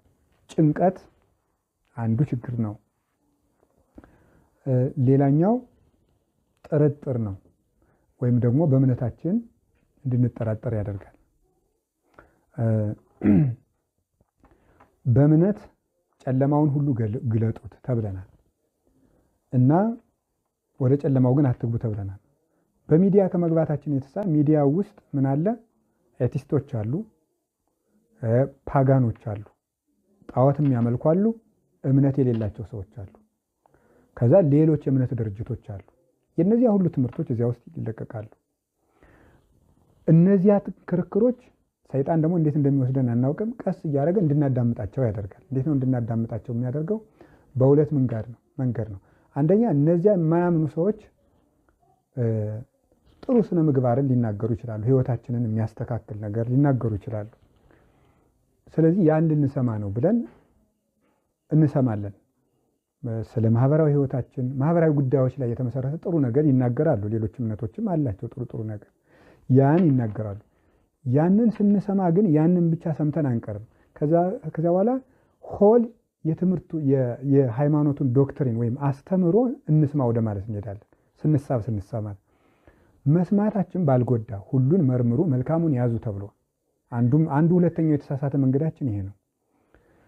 ሁሉን መርምሩ መልካሙን ያዙ ተብሏልና ሌሎችን ማወቅ አለብን። ትክክል ነው። ግን መጀመሪያ በራሳችን እምነት በስለን ነው መሄድ ያለብን። የራስን ሳያውቁ የሌላውንም ልስማ ልመርምር ማለት ከአንዱ ሳይሆኑ መቅረት ይባላል። አንድ ሰው ኦርቶዶክስ ሆኖ ሌላውን ለማወቅ ኦርቶዶክስን መጀመሪያ ጠንቅቆ ማወቅ አለበት። በሌላውም እምነት ያለው ኦርቶዶክስ ለመምጣት የራሱን ማመን አለበት፣ የራሱን ማወቅ አለበት። የራሱን ሳያውቅ ወደ ኦርቶዶክስ ቢመጣ አንድ ሰው የዚያኛው እምነት ስህተት ምኑ እንደሆነ ገብቶት ነው ወደዚህ ይመጣ። ስለዚህ ደግሞ ተመልሶ አንድ ቀን ይሄዳል ማለት። ስለዚህ መጀመሪያ ሰው ያለበትን ህይወት ጠንቅቆ ማወቅ አለበት። ቅዱስ ጳውሎስ የአይሁድን እምነት ጥንቅቅ አድርጎ ያውቃል ብሉይ ኪዳንን። ከዛ በኋላ የሐዲስ ኪዳን ሲገባ ወደ ሐዲስ ኪዳን መጣ ክርስቶስ ሲጠራው። ስለዚህ መጀመሪያ ያለንበትን ማወቅ ኮምፓራቲቭ ቴዎሎጂ ተብሎ እኮ ይሰጣል። ቤተ ክርስቲያን የሌሎችን ትምህርት አትስሙ፣ የሌሎችን መጽሐፍ አታንብቡ ብላ አጥራ እውነት ነው። እውነት አንድ ነው። ኦርቶዶክስ እውነት ናት። እውነትም እኛ ብቻ ነን። ይሄን ነው የምናምን። የተገለጠው እውነት የእግዚአብሔር ልጅ ኢየሱስ ክርስቶስ በስጋ ተገልጦ ለሐዋርያት የገለጠው በቅዱሳን አበው የመጣ እውነት ነው። እውነት አንድ ነው። ግን ሌሎችን አትስሙ፣ በቃ እንደዚያ የነሱን ከሰማችሁ ትክዱብኛላችሁ ብላ የሌሎችን እንዳይሰሙ በመከልከል አጥራ አጉራ በማባበል የምትዘው እምነት የላትም። ሌሎችን አትስሙ አላለችም ቤተክርስቲያን። ጥያቄው ግን ይሄ የሚታወቅ ዘንድ አሁን ለምሳሌ በቤተክርስቲያኒቱ ኮሌጆች ሲሰጥ ለምሳሌ ኮምፓራቲቭ ቴዎሎጂ ነው የሚሰጠው። ኮምፓራቲቭ ቴዎሎጂ ንጽጽራዊ ትምህርተ መለኮት ነው። በዲግሪ ለሚማሩ በዲፕሎማ ለሚማሩ ይሄ ኮርስ ይሰጣቸዋል። ሌሎች እምነቶች ምን ያስተምራሉ ብሎ የሌሎች ዶክትሪን ተነጻጽሮ ይሰጣል። በመጽሐፍ ቤቶች አሪዮስ እንዲህ አለ፣ ንስጥሮስ እንዲህ አለ፣ አርጌንስ እንዲህ አለ፣ ሰባሊዮስ እንዲህ አለ ተብሎ ይሰጣል ትምህርቱ። የሌሎች ትምህርቶችም ይሰጣል። ስለዚህ የሌሎች መጽሐፍትን ይመረምራሉ አባቶቻችን። የሌሎችን መጽሐፍት ያነባሉ። የመጽሐፍ መምህራን የሁሉንም መጽሐፍ ያነባሉ። ግን መጀመሪያ የራሳችን አውቀነዋል ወይ ነው። የራስን ሳይዙ የሌላ መረምራለሁ ማለት እዚያው ከሁለቱም ያልሆነ መካከለኛ ቀዝቃዛ ነው። ወይም ደግሞ ገደል መግባት ወደዚያኛው ተስቦ መጥፋት ነው። አብዛኞቹ ከቤተ ክርስቲያን የወጡ ሰዎች ነበርኩ፣ ኦርቶዶክስ ነበርኩ፣ እንደዚህ ያለው ነበርኩ ብለው ይናገራሉ እንጂ አልነበሩም። ሳያውቁ የወጡ ነበሩ። ዮሐንስ ወንጌላዊ ለዚህ ነው ቀድሞም ከኛ አልነበሩም ብሎ የተናገረ ለዚህ ነው። የራሳቸውን ሳያውቁ የሌላ አዳምጠው የወጡ ናቸው። ስለዚህ ይህም በድርበቡ ነው አውቀውት የወጡት። በድርበቡት ለብ አድርገው ወጡ። የማያውቁትን አሁን እኮ ራሱ ኦርቶዶክስ እንዲህ ትላለች፣ ኦርቶዶክስ እንዲህ ትላለች፣ ኦርቶዶክስ እንዲህ ትላለች የሚሉት ኦርቶዶክስ የምትለውን ሳይሆን እነሱ ትላለች ብለው የሚያስቡትን ነው የሚሉት። እነሱ ትላለች ብለው የሚያስቡትን ራሳቸው ለፈጠሩት ታሪክ ራሳቸው መልስ እየሰጡ ይኖራሉ። ቤተክርስቲያኒቱ ማትለውን እያሉ ማለት ነው። ማትለውን ነው የሚሉት። ስለዚህ አሁን በጣም ከፍተኛ እየተፈጠረ ያለው ጥርጥር እንዲኖር፣ ሚስ አንደርስታንዲንግ እንዲኖር አድርጓል። እምነት እንዲበረዝ ለብ ያል እንደሆነ ወይ ኦርቶዶክስ ያልሆነ ወይም እስላም ያልሆነ ወይም ጴንጤ ያልሆነ ወይም ምንም ያልሆነ ከሁሉም እየተገኘ የሚያደገድግ የሁሉ ሲሞቅ የሚሰግድ ማለት ነው። ሲሞቅ እንዲህ ያለ ኦርቶዶክስ የለም። እንደ ዲና መሆን ነው። ዲና የያዕቆብ ልጅ ነበረች። ያዕቆብ 12 ወንዶች ልጆች አሉት። ዲና ሴቲቱ ልጁ ናት። ከ12ቱ ልጆቹ ተቀጥላ በሴኬም ወዳሉት ወደ አሕዛብ ሰፈር እንደው እስኪ በቃ እንደው ሰፈሩን አይቼው ልምጣ ብላ ሄደች። በዚያው ተደፈረች። ወንድሞቿን አዋጋች። አባቷን አሳዘነች። ያዕቆብ ቤቱን ነቅሎ እንዲሰደድ አደረገችው። እችን ሊቃውንት ብለው የሚተረጉማል። ያዕቆብ ክርስቶስ ነው። 12ቱ ልጆቹ 12 ሐዋርያት ናቸው። ከያዕቆብ ቤተሰብ ወጣ ዲና ወጣ የሄደችው ልጁ ምንድና ዲና የምትባለው ከሐዋርያት ህብረት ወጣ እስቲ ሌላውንም ልሞክረው ብላ የምትሄድ ነፍስ ናት። እስቲ ሰፈሩን ሌው ብላ ወጣ በዚያው ተደፍራ ቀረች ማለት የነፍስ ማህፀን አላት፣ የነፍስ ድንግልና አላት። እሱ በሌላ ትምህርት ይደፈራል ነው።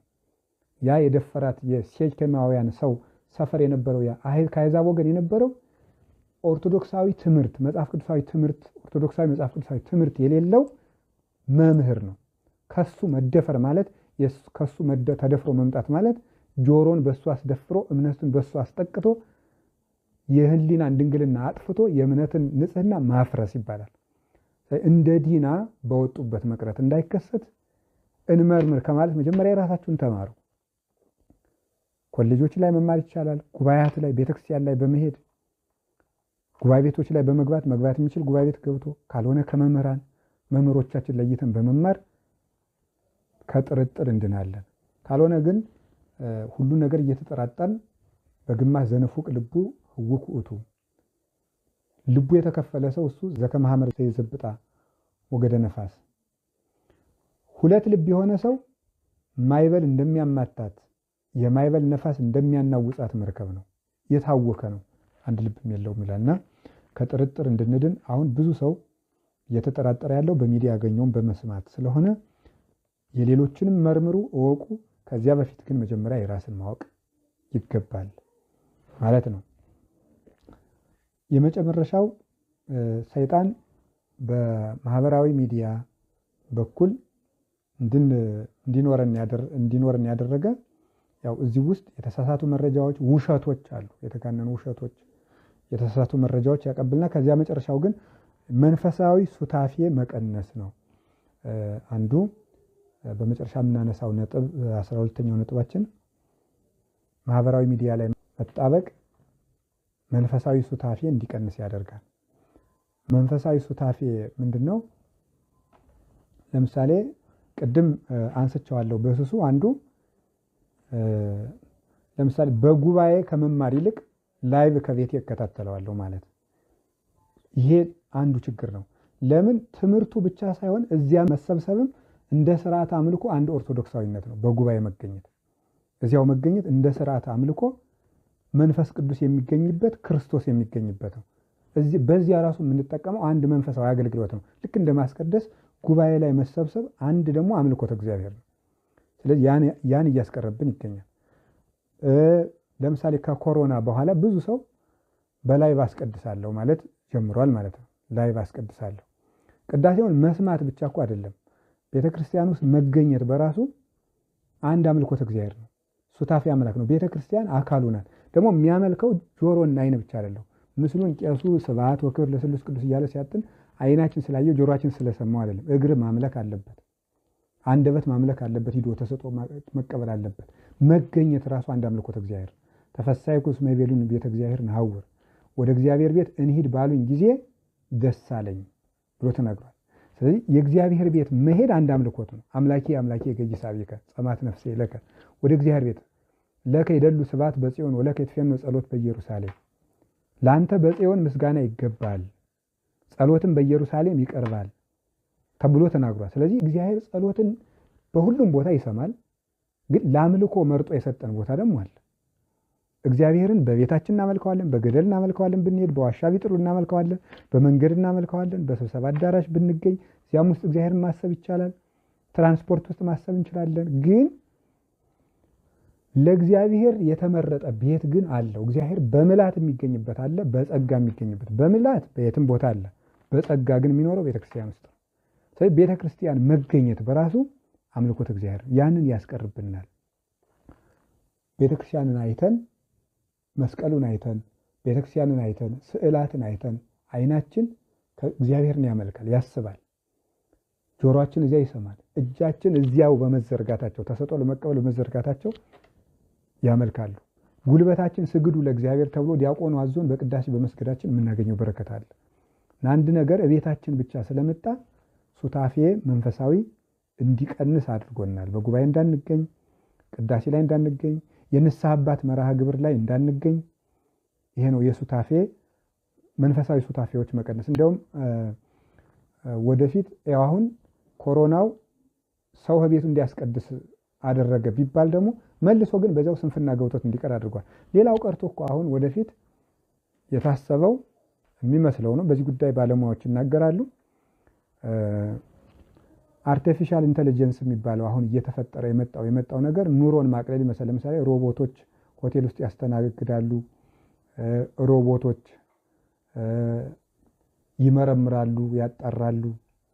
ብዙ ነገር አሁን እንግዲህ ወደፊት ሰው ከጥቅም ውጭ እየሆነ ይመጣል። ያ ማለት አርቲፊሻል ኢንተለጀንሱ እየመጣ ቴክኖሎጂው እየረቀቀ ሁሉ ነገር ቤታችን ስለመጣ ደስ ሊለን ይመስላል። ጥሩ ነው ኑሮ መቅለሉ።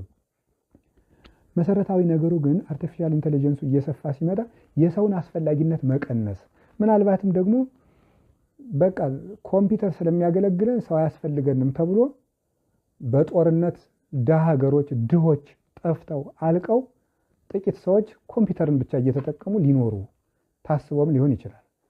ስለዚህ ምናልባት ያንን ወደፊት የምናየው ይሆናል። እግዚአብሔርም ይጠብቀናል።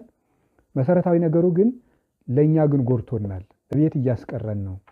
በስልክ ሰማዋለሁ፣ እቤት እከታተለዋለሁ እያል ከቅዳሴ እየቀረን ነው። ከመንፈሳዊ ሱታፍ እየቀረን ነው። ከቁርባንም እየከለከለን ነው። ዕጣን ሊሸተን ይገባል። አፍንጫችን እኮ እግዚአብሔርን ያመልካል። ዕጣን ሲታጠን መዓዛውን ማሽተት አለብን።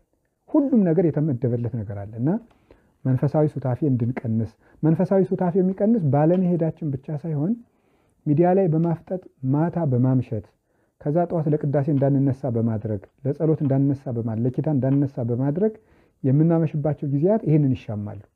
ስለዚህ ሱታፌ አምላክን በመቀነስ ወይም ሱታፌ አምላክ የሚባለው ያኛው ቲኦሲስ የሚባለው ሳይሆን ከበረከተ እግዚአብሔር ከአምልኮተ እግዚአብሔር እንድንነጠል። ቤተክርስቲያኒቱ ሊተርጂካል ናት፣ በስርዓት አምልኮ የምትመራ ናት። እግዚአብሔርን በቅዳሴ በኪዳን የምታመልክ ናት። ተግባራዊ ክርስትና ያለባት ቤተክርስቲያን ናት። ፕራክቲካል ቴዎሎጂ ያለባት ናት ኦርቶዶክሳዊት ቤተክርስቲያን። እዚያ ውስጥ እንዳንገኝ ይነጥለናል እና ይህ ሁሉ ተጽዕኖ ስላለው መመጠን አለብን።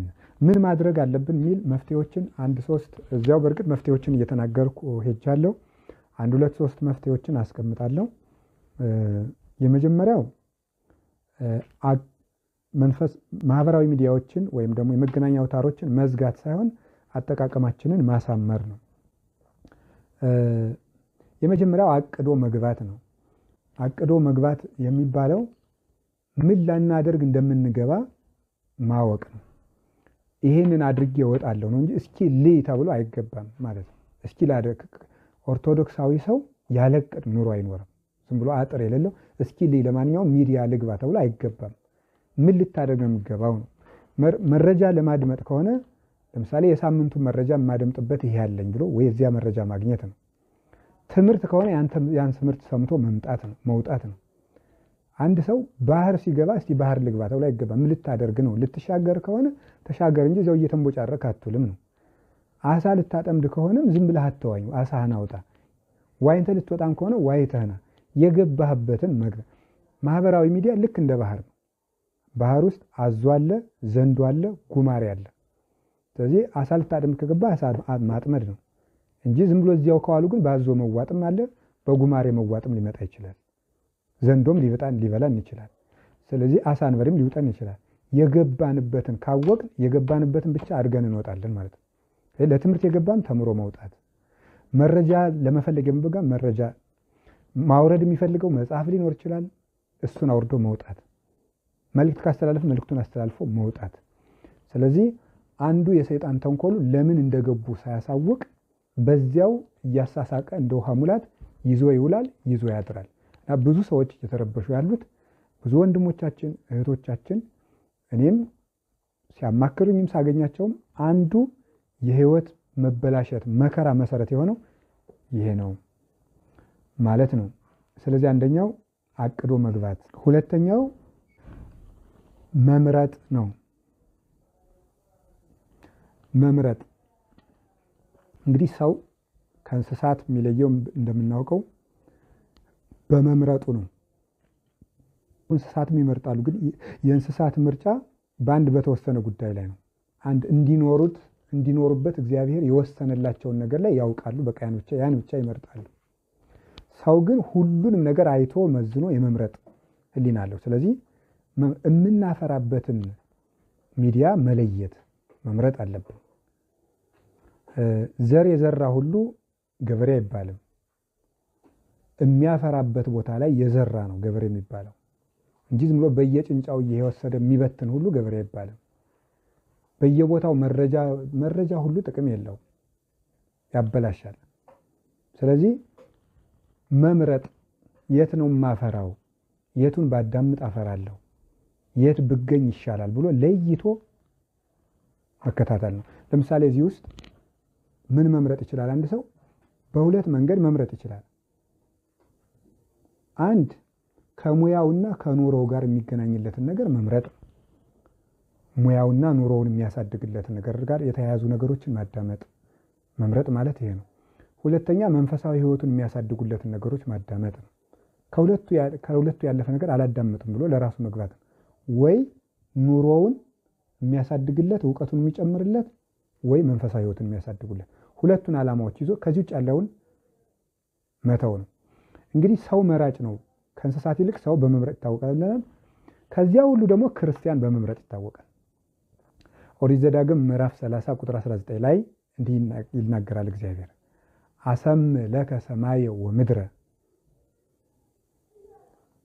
ወሴምኩ ቅድሜከ ሕይወተ ወሞተ በረከተ ወመርገመ ህረያ ለሕይወት ወተሐዩ ወአንተ ወቤተ አቡከ።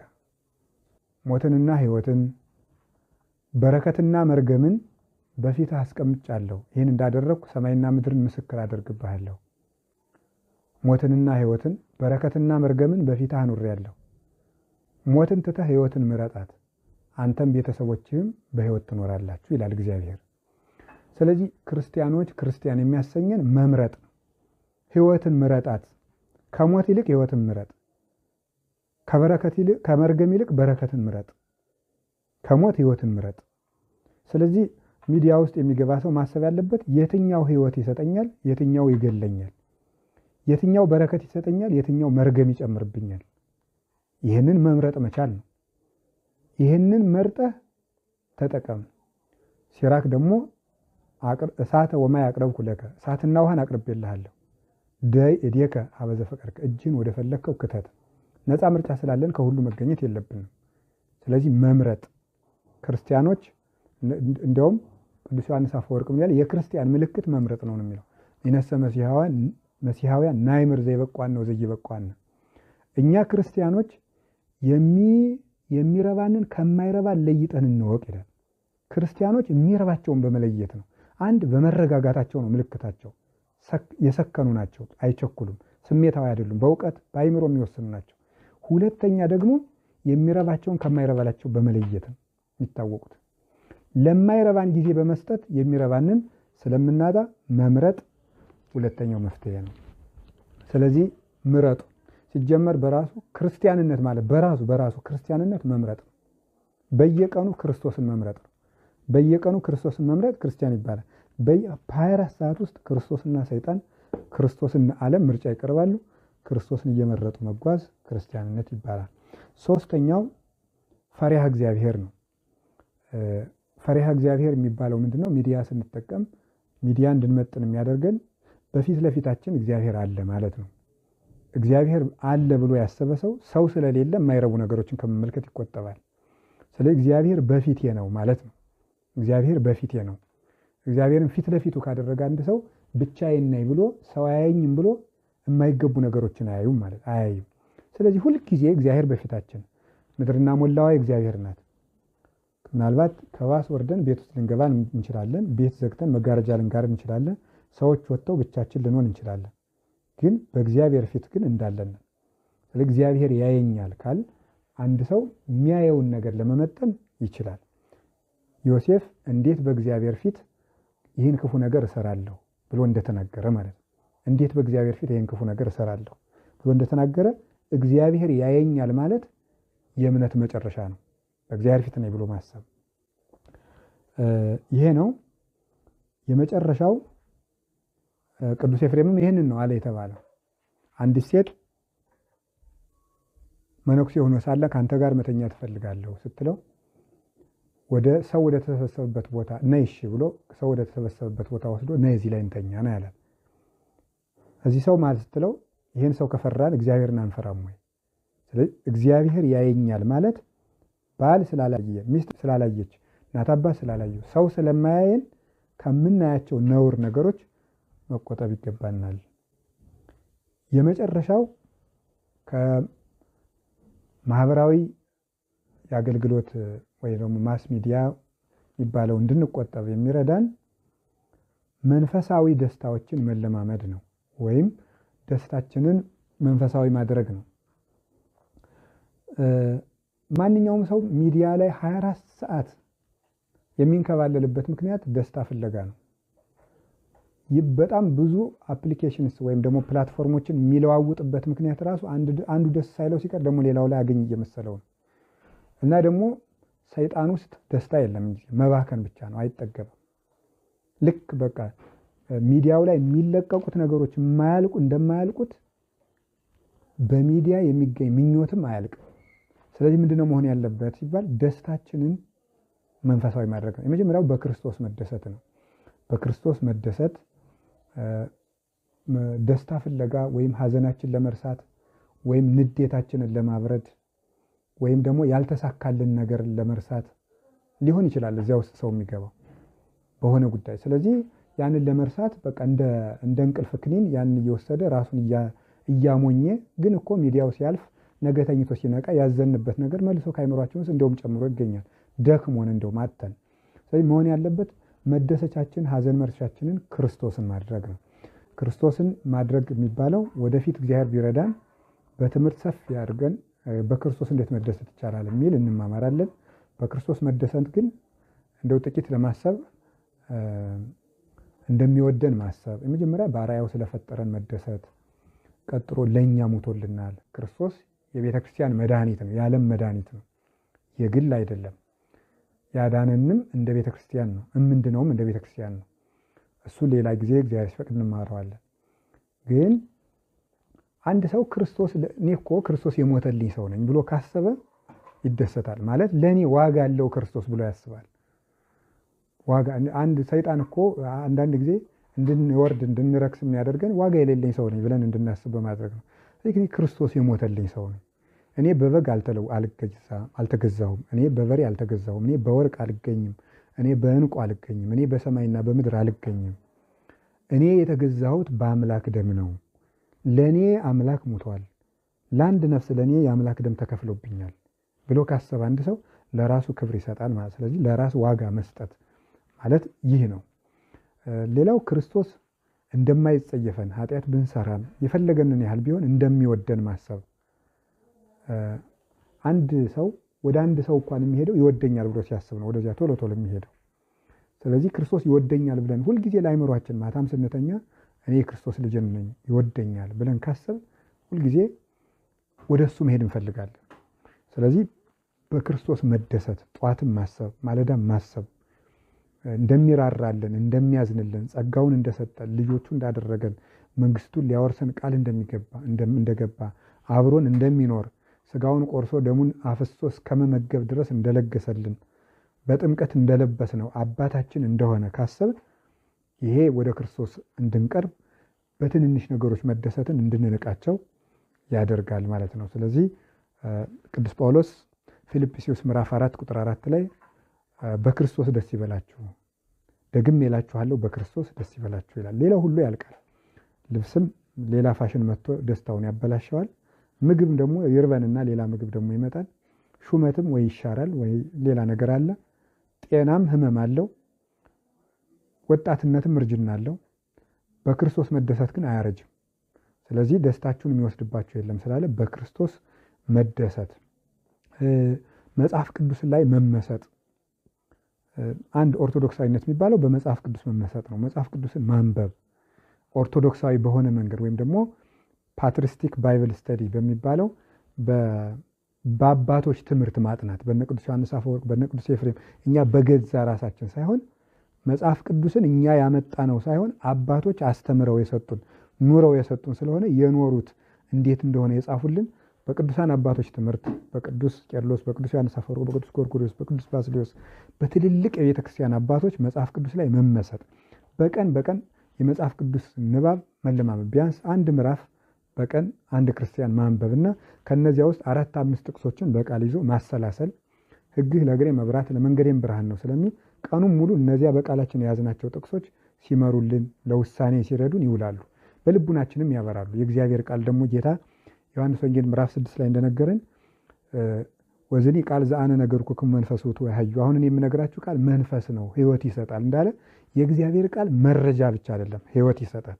ስለዚህ ሕይወት ስለሚሰጠን ሕይወት እንድናገኝበት በመጽሐፍ ቅዱስ መደሰት፣ መመሰጥ፣ ማሰላሰል እንደዛ ማድረግ የቤተ ክርስቲያን ታሪኮችን የአባቶችን ታሪክ ማንበብ ስንክሳር ማንበብ ደስታ ይሰጣል። ወድቀው ሲነሱ እናገኛቸዋለን። ተፈትነው ሲያልፉ እናገኛቸዋለን።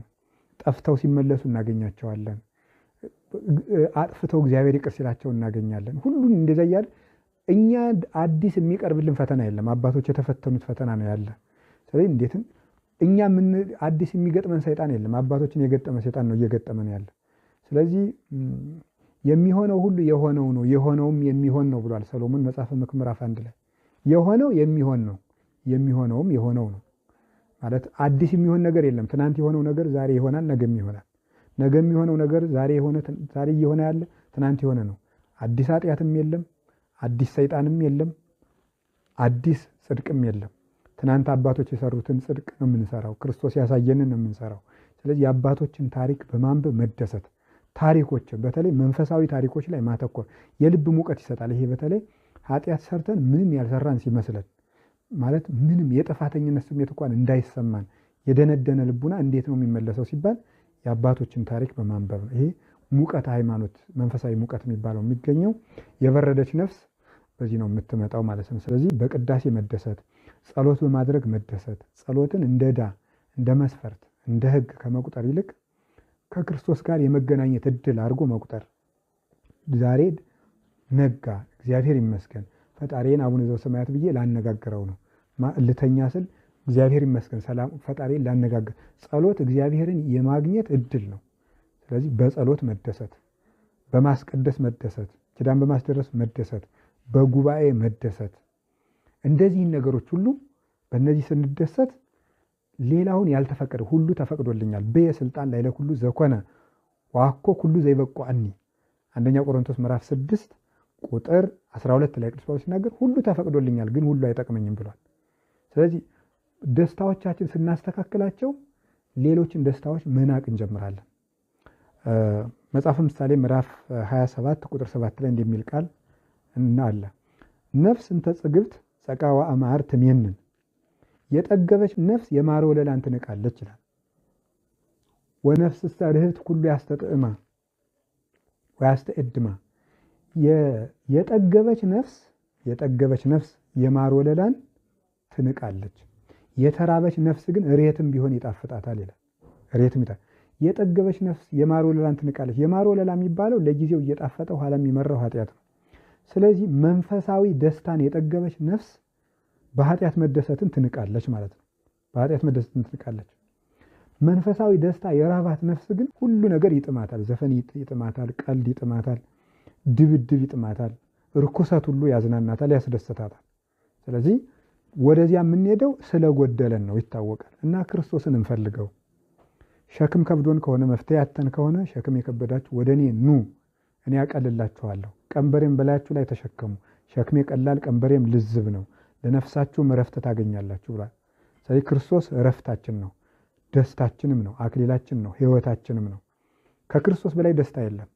ምንም ነገር መፍትሄ ካጣን ከክርስቶስ ውጭ ነፃ ሊያወጣን ማንም አይችልም።